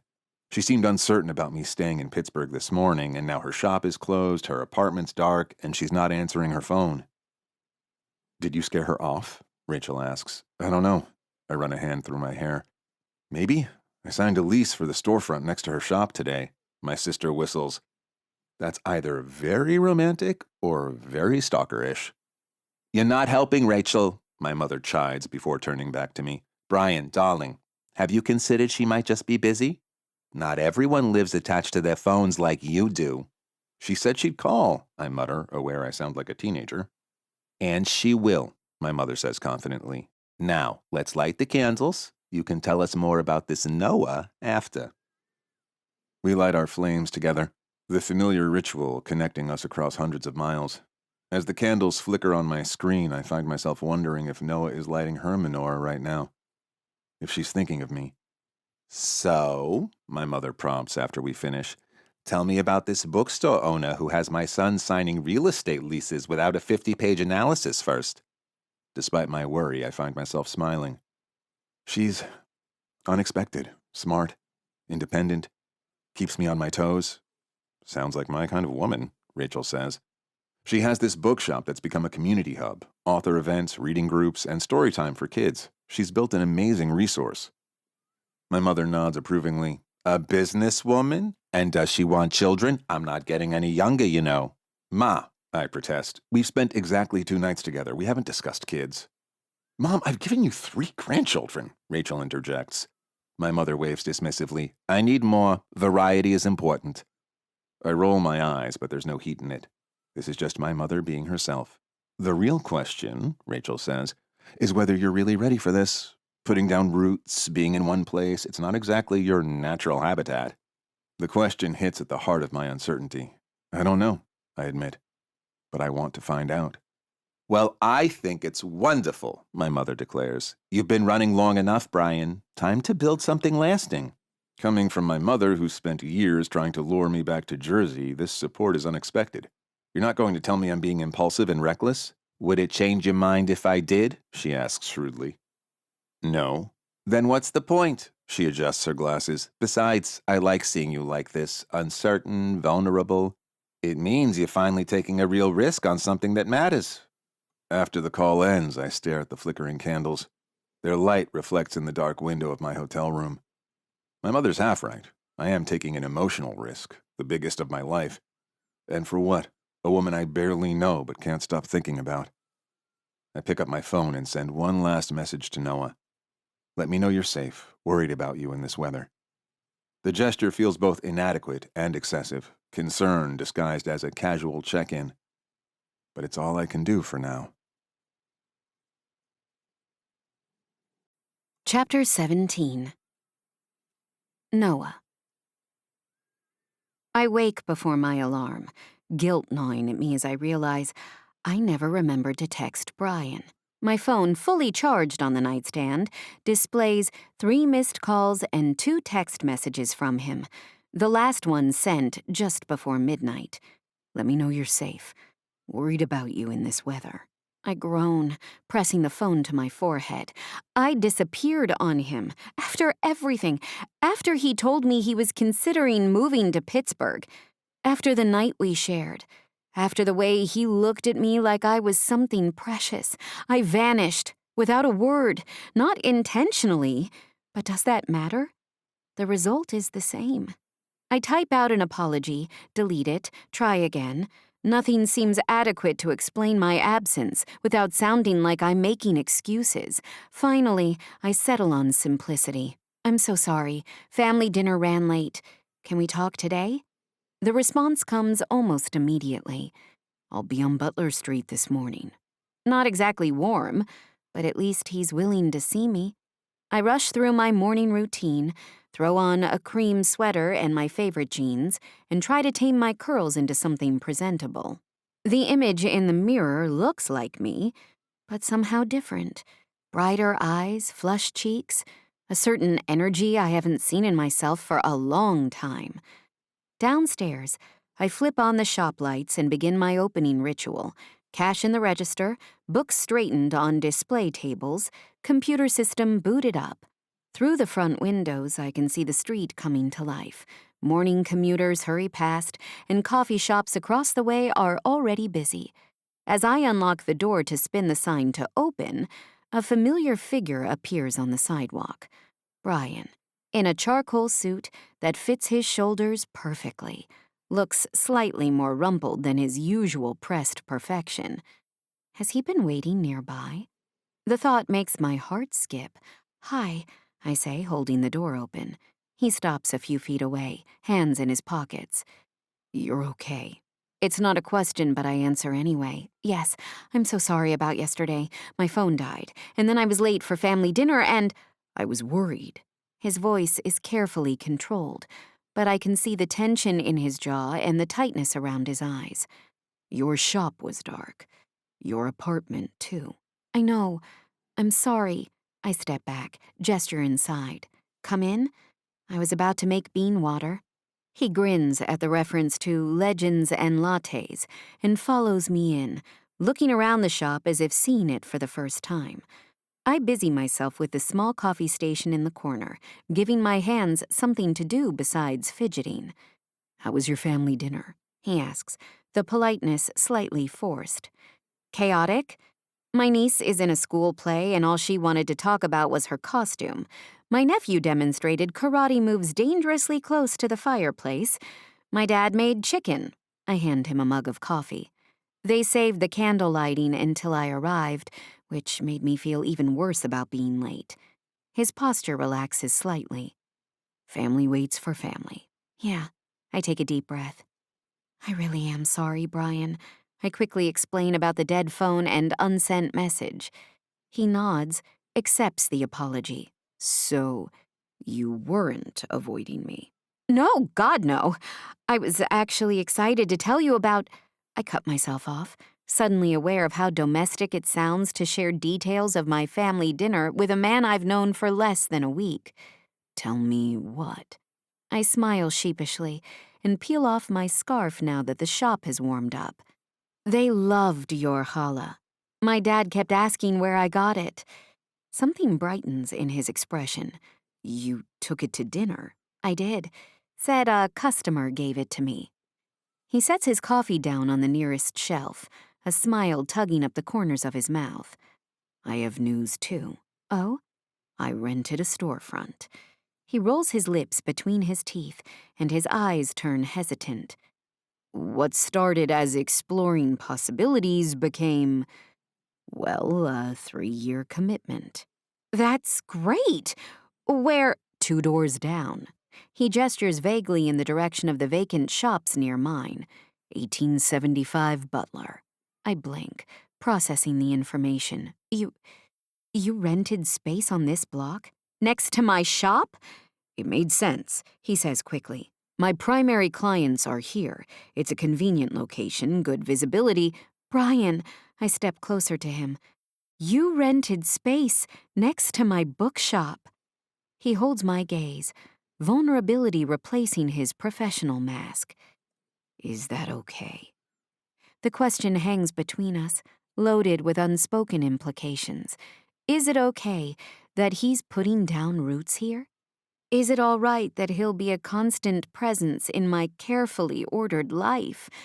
Is it okay that he's making choices that would intertwine our futures even though we barely know each other?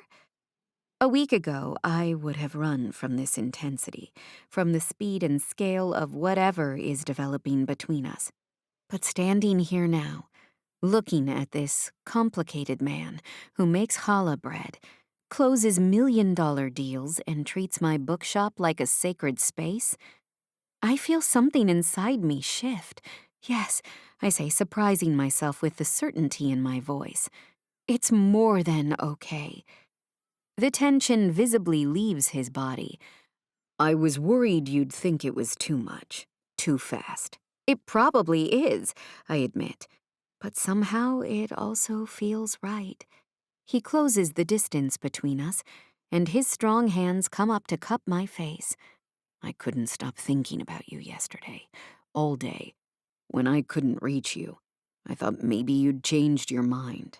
About us? There's an us? His thumb traces my cheekbone. I'd like there to be, if you want that too. Instead of answering, I rise on tiptoes and press my lips to his. He responds immediately, pulls me closer, his kiss conveying relief and desire in equal measure. When we part, I'm breathless. Is that a yes? He murmurs against my lips. The bell above the door chimes, and we spring apart like guilty teenagers as an older woman enters the shop. I smooth my sweater, cheeks burning. Good morning, Mrs. Goldstein. How are you today?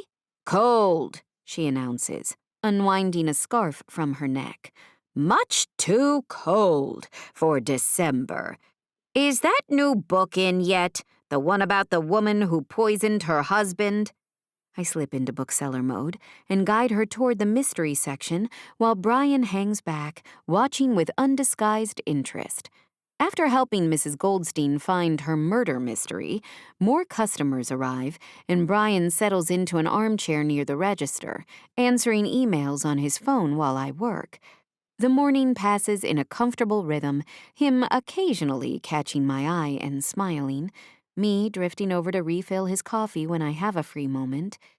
It's strange how natural it feels to have him in my space, not an intrusion, but an enhancement. During a lull, I approach him with a question that's been forming in my mind since his revelation about the office space. Tonight is the 7th night of Hanukkah, I say, fidgeting with a bookmark display. He looks up from his phone. It is. I was wondering if maybe, if you didn't have plans already, I take a deep breath. Would you want to come to my sister's house for dinner? I brace myself for hesitation, for the panic that typically crosses men's faces when invited to meet family too soon. Instead, his expression brightens. You want me to meet your family? Is that bananas? It's probably bananas. I'm rambling now. We barely know each other, and meeting family is a big step, and you don't have to if it feels Noah. He stands, taking my hands in his. I'd love to meet your family. Really? Really. He kisses me lightly. I should warn you, though. I make a terrible first impression on parents. I'm too intense. My dad will love you, I assure him, especially when he finds out you made the bread. Brian smiles, but there's a hint of nervousness in his eyes now. What time should I pick you up? 6? I'll close the shop a little early. Perfect. He glances at his watch. I should get going. I have a few calls to make, and I need to check on the office space. Will your car be okay this time? I ask, only half joking. I'd hate for another battery incident. He laughs, the sound rich and genuine. Actually, the lease includes the parking lot out back. I'm having a charging station installed this week. You're really doing this, I say, the reality sinking in, setting up a permanent office here. I am. His gaze is steady. I'm all in, Noah. The declaration should terrify me. Instead, a warm certainty spreads through my chest, the same feeling I had 3 years ago when I decided to buy this bookshop, when I knew in my bones it was the right choice despite all logical arguments against it. He's changing his life for me, for us. I'll see you at 6, I tell him as he heads for the door. He pauses, turns back with a smile that crinkles the corners of his eyes. I'll be the one with the fully charged car. After he leaves, I lean against the counter, trying to make sense of everything. Brian Klein is opening an office 2 doors down from my shop. He's meeting my family tonight. He's all in. And somehow, impossibly, I'm ready to be all in, too. Mrs. Goldstein approaches the register with her book and a knowing smile. Nice-looking man, your friend. Jewish? I laugh, scanning her purchase. Yes, Mrs. Goldstein, he's a nice Jewish boy.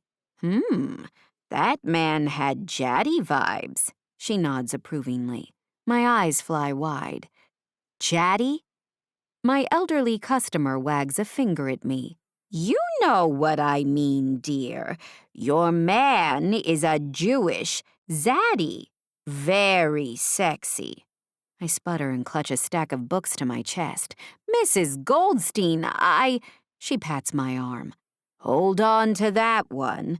Men who look at women the way he looks at you are rare. As she leaves, I glance out the window to see Brian on the sidewalk, phone to his ear, gesturing emphatically as he talks. Mrs. Goldstein is right about his Jaddy status. I bite my lip. Tonight, he'll meet my family. Tomorrow, who knows? Chapter 18. Brian. My palms sweat as we approach Carol's front door, a phenomenon I haven't experienced since pitching my first multi-million-dollar endorsement deal over 20 years ago. Noah squeezes my hand reassuringly. The simple gesture is somehow both calming and exhilarating. "They're going to love you," she whispers, reaching for the doorknob. Before her finger touches it, the door swings open, revealing a man in his 60s with Noah's eyes and curly hair gone mostly gray. "You're late again," he says to Noah, then his gaze shifts to me. "And you brought a friend." I extend my hand, summoning the polished professionalism that's carried me through countless negotiations. "Brian Klein, sir. It's a pleasure to meet you." Instead of shaking my hand, he pulls me into a bear hug that catches me completely off guard. "I knew my daughter was hiding something. Come in, come in." Noah shoots me an apologetic look as we're ushered inside. The house buzzes with activity, children racing through hallways, delicious smells wafting from the kitchen, and the menorah waiting on a table by the window. Carol appears, eyeing me with open curiosity. Well, so you're the guy with the big dreidel energy." "Carol, shut up," Noah warns her sister as I simultaneously laugh and flush in front of Noah's family. A man who must be Daniel approaches with visible relief. "Thank God, another man. I've been outnumbered since I got here." He hands me a beer without asking if I want one. "Daniel, husband of the interrogator here." "Ignore him," Carol says. "He's just bitter because nobody calls him a silver fox." Dinner is a chaotic affair, loud conversations overlapping, vicious fights over a dreidel, the children periodically interrupting with urgent news about toys or perceived injuries. It's nothing like the formal business dinners that make up most of my life. Much closer to the boisterous feel of meals with my own family. "So, Brian," Noah's father says during a rare moment of relative quiet, "Noah tells me you're in sports management." "I represent professional athletes, yes." "Anyone I'd know?" "The Stagg family?" I take a sip of water. "Hawk, Gunner, most of the younger generation." Daniel perks up. "Seriously? The Staggs? Man, I've had Fury season tickets since Gunner signed. That guy's a beast in goal." And just like that, the tension in my shoulders begins to ease. As dinner progresses, I find myself relaxing in the warmth of this family. They tease each other mercilessly, but with obvious affection. They draw me into conversations about books, sports, and Pittsburgh politics. They treat Noah with a mixture of exasperation and deep respect that speaks volumes about their relationship. When it's time for the candle lighting, Mr. Bishop hands the matches to Noah. She lights the first candle, then passes it to me without a word. The gesture is so natural that it takes my breath away. Together we light 7 candles, plus the helper, reciting the words in unison.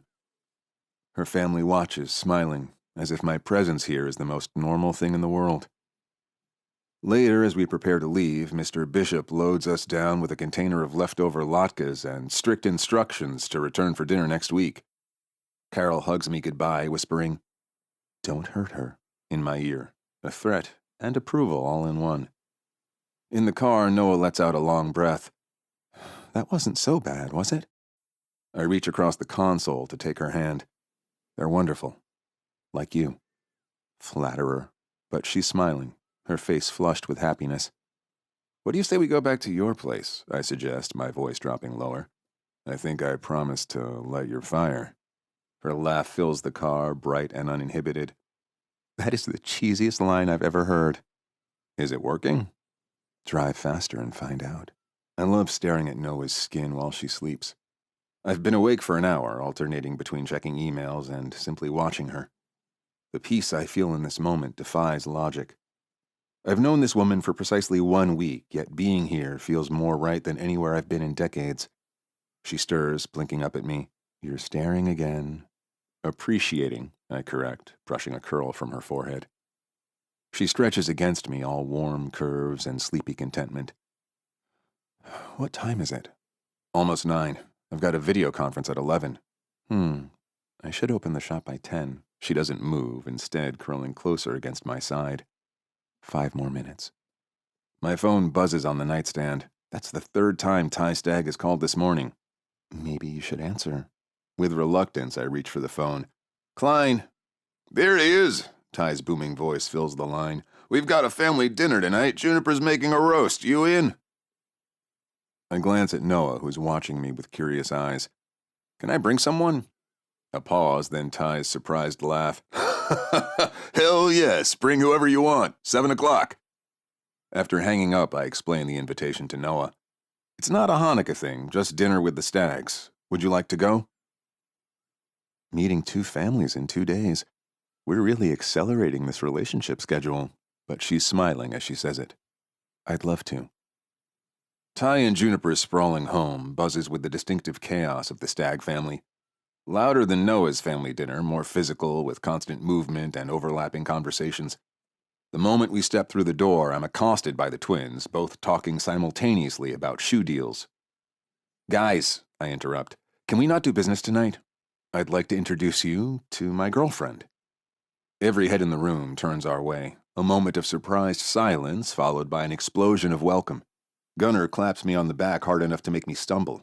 Emma hugs Noah like they're old friends. Hawk mutters something that sounds suspiciously like, about damn time, in my ear. So, you're the reason Brian's going domestic on us, Ty booms, handing Noah a glass of wine. He's renting office space talking about work-life balance. What did you do to him? Noah blushes. I just gave him a book to read. Your shop is amazing, Fern exclaims. Didn't you host a Chloe Petals signing last fall? I did, Noah confirms. Are you a fan? I've read every book she's written, Fern gushes. Her latest made me cry 3 times. Thora joins the conversation, equally enthusiastic. I loved that one. The scene where he brings her coffee exactly how she likes it without asking. I died. As Noah discusses romance novels with the Stagg women, I'm struck by how effortlessly she fits in with this chosen family of mine. These people who have been my clients for years and whom I've kept at a professional distance are drawing her in, including her, accepting her without question. Dinner is loud and delicious, stories flying across the table, sports arguments breaking out and resolving in minutes, everyone talking over each other in the particular rhythm of long familiarity. Noah holds her own, matching wits with Juniper and asking Thatcher insightful questions about his art while also connecting with Emma over the challenges of small business ownership. We should probably head out, I say eventually, noting Noah trying to stifle a yawn. It's been a long week. One more thing before you go, Gunnar says, grabbing my shoulder. You're coming to Christmas, right? Everyone will be at our ski house. I hesitate, glancing at Noah. I'll let you know. Alder punches his brother. Dude, they're doing Hanukkah stuff. Gunnar punches back. They can do Christmas dinner too, I think. Brian? I smile. We can do dinner. I just want to make sure I check Noah's schedule. As we drive back to Noah's apartment, she watches me with a soft smile. They really care about you, not just as their agent. They're good people, I agree. The closest thing to family I have outside of my mother and Rachel. And they want you at their Christmas celebration. I turn onto Butler Street. Would that be weird if we went? Why would it be weird? Because of us? Because it's so new? No, she says, patting my thigh in a way that wakes up my lower half. We're all in, remember? Noah beams at me in the streetlights, and the realization hits me. The Staggs had seamlessly incorporated Noah into their circle, just as her family had welcomed me. Everyone around us sees us for what we already are, a unit. Back at her apartment, we stand before the fully lit menorah. All 8 candles, plus the helper, burn brightly in her window. casting a warm glow over her face. I stand behind her, arms wrapped around her waist, my chin resting on her head. It's beautiful, I murmur, watching the lights reflect in the window glass. All of them lit. She leans back against me. The complete festival of lights. Something about this moment, the culmination of 8 nights, the woman in my arms, the sense of fullness and completion, overwhelms me. Noah, I know this is fast, probably too fast, but I think I'm falling for you. She turns in my arms, looking up at me with those clear, intelligent eyes. You think? I know, I amend. I'm falling for you. She smiles, gesturing toward the blazing menorah. You know, Hanukkah celebrates how unexpected light can change everything. One small flame that burns longer and brighter than anyone thought possible. Are you comparing us to a jar of oil? Her laugh vibrates against my chest. I'm saying sometimes the most miraculous things begin with the smallest chance encounters. A snowstorm, a dead car battery, a book. I kiss her then, soft and reverent, different from our earlier passionate embraces. When we part, I rest my forehead against hers. So where do we go from here? Forward, she says simply. Together. One day at a time. Behind us, the lights burn bright and steady. 8 flames plus the helper illuminating the night. No longer a solitary ritual in a hotel room, but a shared light. A beginning. Epilogue. Brian. Next Hanukkah. I told you, Tahel, the flight has to be first class. My mother has back issues. I pace the length of my office, phone pressed to my ear. I could just go up to her office, but I've got a lot to do today. I switch her to speakerphone. And make sure they have a limo from the airport. Brian, your family is not the royal delegation. Tahel's exasperation rings clearly through the speaker.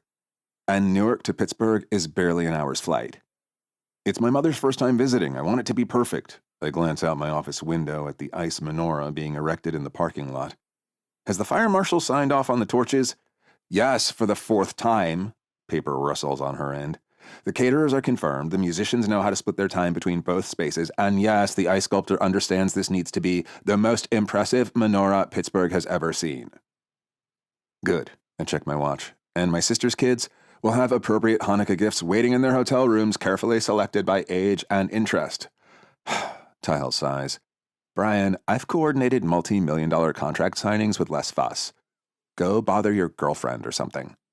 Already on it, Noah announces, pushing open the door that connects my office to the bookshop. The construction that joined our businesses was completed just 3 months ago, transforming the vacant space between our properties into additional office space with connecting doors on both sides. Seeing her still gives me that same jolt it did a year ago, like touching a live wire, but pleasant. She's wearing a green sweater that hugs her delicious curves and brings out the gold flecks in her eyes. Her curly hair piled on top of her head in a messy bun that I know from experience will come tumbling down with one strategic tug.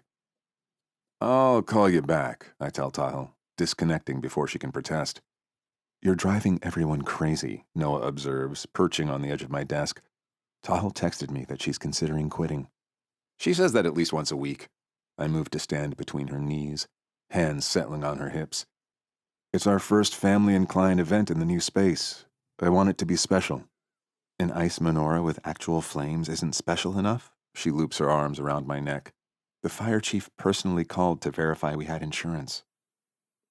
Worth every penny of the premium increase, I kiss her lightly. My mother's never been to Pittsburgh before. And you want to impress her? Noah's expression softens. She's going to love it, Brian. Just like I love you. Even after a year, those words still hit me with the force of a physical blow. I pull her closer, burying my face in her neck. What did I do to deserve you? You needed bread dough in my kitchen? She runs her fingers through my hair. It was basically over for me right then. The combined space of Klein Sports Management and Bishop Books buzzes with holiday energy. String lights twinkle everywhere. The scent of fried potatoes and donuts fills the air. And at least a dozen children race between bookshelves and office furniture. The once firm boundary between my professional life and personal space has dissolved completely. and I find I don't miss it at all. My mother holds court near the refreshment table, already deep in conversation with Noah's father about the proper way to fry latkes. My mother does not share Mr. Bishop's views on grapeseed as the superior frying oil. Rachel's 3 children have joined forces with Leah and Eli, forming a marauding band that occasionally includes Gunner's toddler when he can keep up. The Staggs mingle easily with my family as if they've known each other for years instead of hours. Your mom is exactly how I pictured her, Hawk comments, appearing at my elbow with a glass of wine. Terrifying, but lovable. She's already planning our family vacations for the next 5 years, I admit. She and Noah's dad are debating the merits of Florida versus Arizona for winter breaks. Hawk laughs. Speaking of planning ahead, he glances meaningfully at my pocket where a small velvet box creates a telltale bulge. You ready for this? As I'll ever be. I take a deep breath, scanning the room for Noah. She stands near the connecting doors, deep in conversation with Emma and my sister. The sight of them together, my past and present seamlessly connected, fills me with a certainty I've never felt before. An event staff member catches my eye and nods. Time for the lighting. If I could have everyone's attention, I call over the noise. The sun is setting, which means it's time to get lit. The crowd moves towards the large windows overlooking the parking lot, where the ice menorah stands gleaming in the twilight. 8 crystal-clear ice cylinders, plus the helper, each topped with a gas torch waiting to be lit. Noah joins me, shaking her head with amused disbelief. This is ridiculous, you know. You love it, I whisper, taking her hand as we step outside. The December air bites at our cheeks as everyone gathers around the ice sculpture. Noah squeezes my hand. Your turn to light, she says. I take the long lighter and approach the menorah, aware of all eyes on me. With ceremonial slowness, I ignite the shamash first, then the rightmost candle. The flames leap high against the darkening sky, reflecting off the ice in a dance of fire and light. Everyone cheers, and I start singing the familiar words, the crowd joining in as I blaze the night with fire. Turning back to face our gathered families, I find Noah in the crowd. She steps forward to join me like she's summoned by the flame. This is the moment I've been planning for months. Before we head back inside to the warmth, I begin. There's something I'd like to say. The crowd quiets, sensing what's coming. My mother clutches her chest dramatically. Rachel grins, already filming with her phone. I take both of Noah's hands in mine. 1 year ago, a snowstorm and a dead car battery brought me to your doorstep. I thought it was bad luck at the time. Worst customer service ever, she jokes, eyes already shining with tears. Turns out, it was the best thing that ever happened to me. I drop to one knee, snow immediately soaking through my pants, but I barely notice. I pull the box from my pocket, opening it to reveal a diamond nestled in a gold setting shaped like a small flame. Noah Bishop, you lit up my life when I didn't even realize I was living in darkness. Will you marry me? Her hands fly to her mouth, tears spilling over despite her smile. Yes, she manages. Of course, yes. As I slip the ring onto her finger, cheers erupt from our families. The Stagg brothers whoop like they've won a championship. My mother sobs quietly. Noah's father embraces Carol, both of them wiping away tears. I stand to kiss my fiancée, lifting her slightly off the ground with my enthusiasm. When we part, she keeps her arms around my neck, eyes sparkling with more than just tears. I have some news too, she whispers, just for me. What is it? She takes my hand and places it flat against her stomach. By Rosh Hashanah, we'll have something else to celebrate. The world stops, tilts, realigns around this new reality. You're pregnant. Her smile is radiant. Just found out yesterday. Joy explodes through me, so intense it feels like pain. A baby? We're having a baby? She nods, laughing through her tears. I lift her again, spinning in a circle before setting her down carefully. Too carefully, probably, but everything has changed in an instant. Can I tell them? I ask, gesturing to our families. At her nod, I turn to the crowd, unable to contain myself. We're having a baby! The second wave of celebration drowns out the first. Rachel rushes forward to hug Noah. My mother looks ready to faint from happiness. The Staggs are high-fiving each other as if they had something to do with it. Noah's father weeps in Daniel's arms. As our families surround us with love and congratulations, The flames of the ice menorah burn against the night sky, bright, strong, and miraculous. Noah looks up at me, her face illuminated by the flickering light, and I see in her eyes the same wonder I feel. "Happy Hanukkah," she whispers. "The first of many," I promise, pulling her close as the light reflects all around us. Fire and ice, past and future, the miracle of finding home in another person's heart, and a lifetime of light ahead. Thank you for listening to Lit for Him, Snowed In and Falling Hard, written by Lainey Davis. Narrated by Carly Robbins and William DeMeritt, members of SAG-AFTRA. Produced by Lainey Davis. Post-production by Kyle Gaffney. Cover by Jillian Leota, Blue Moon Creative Studio.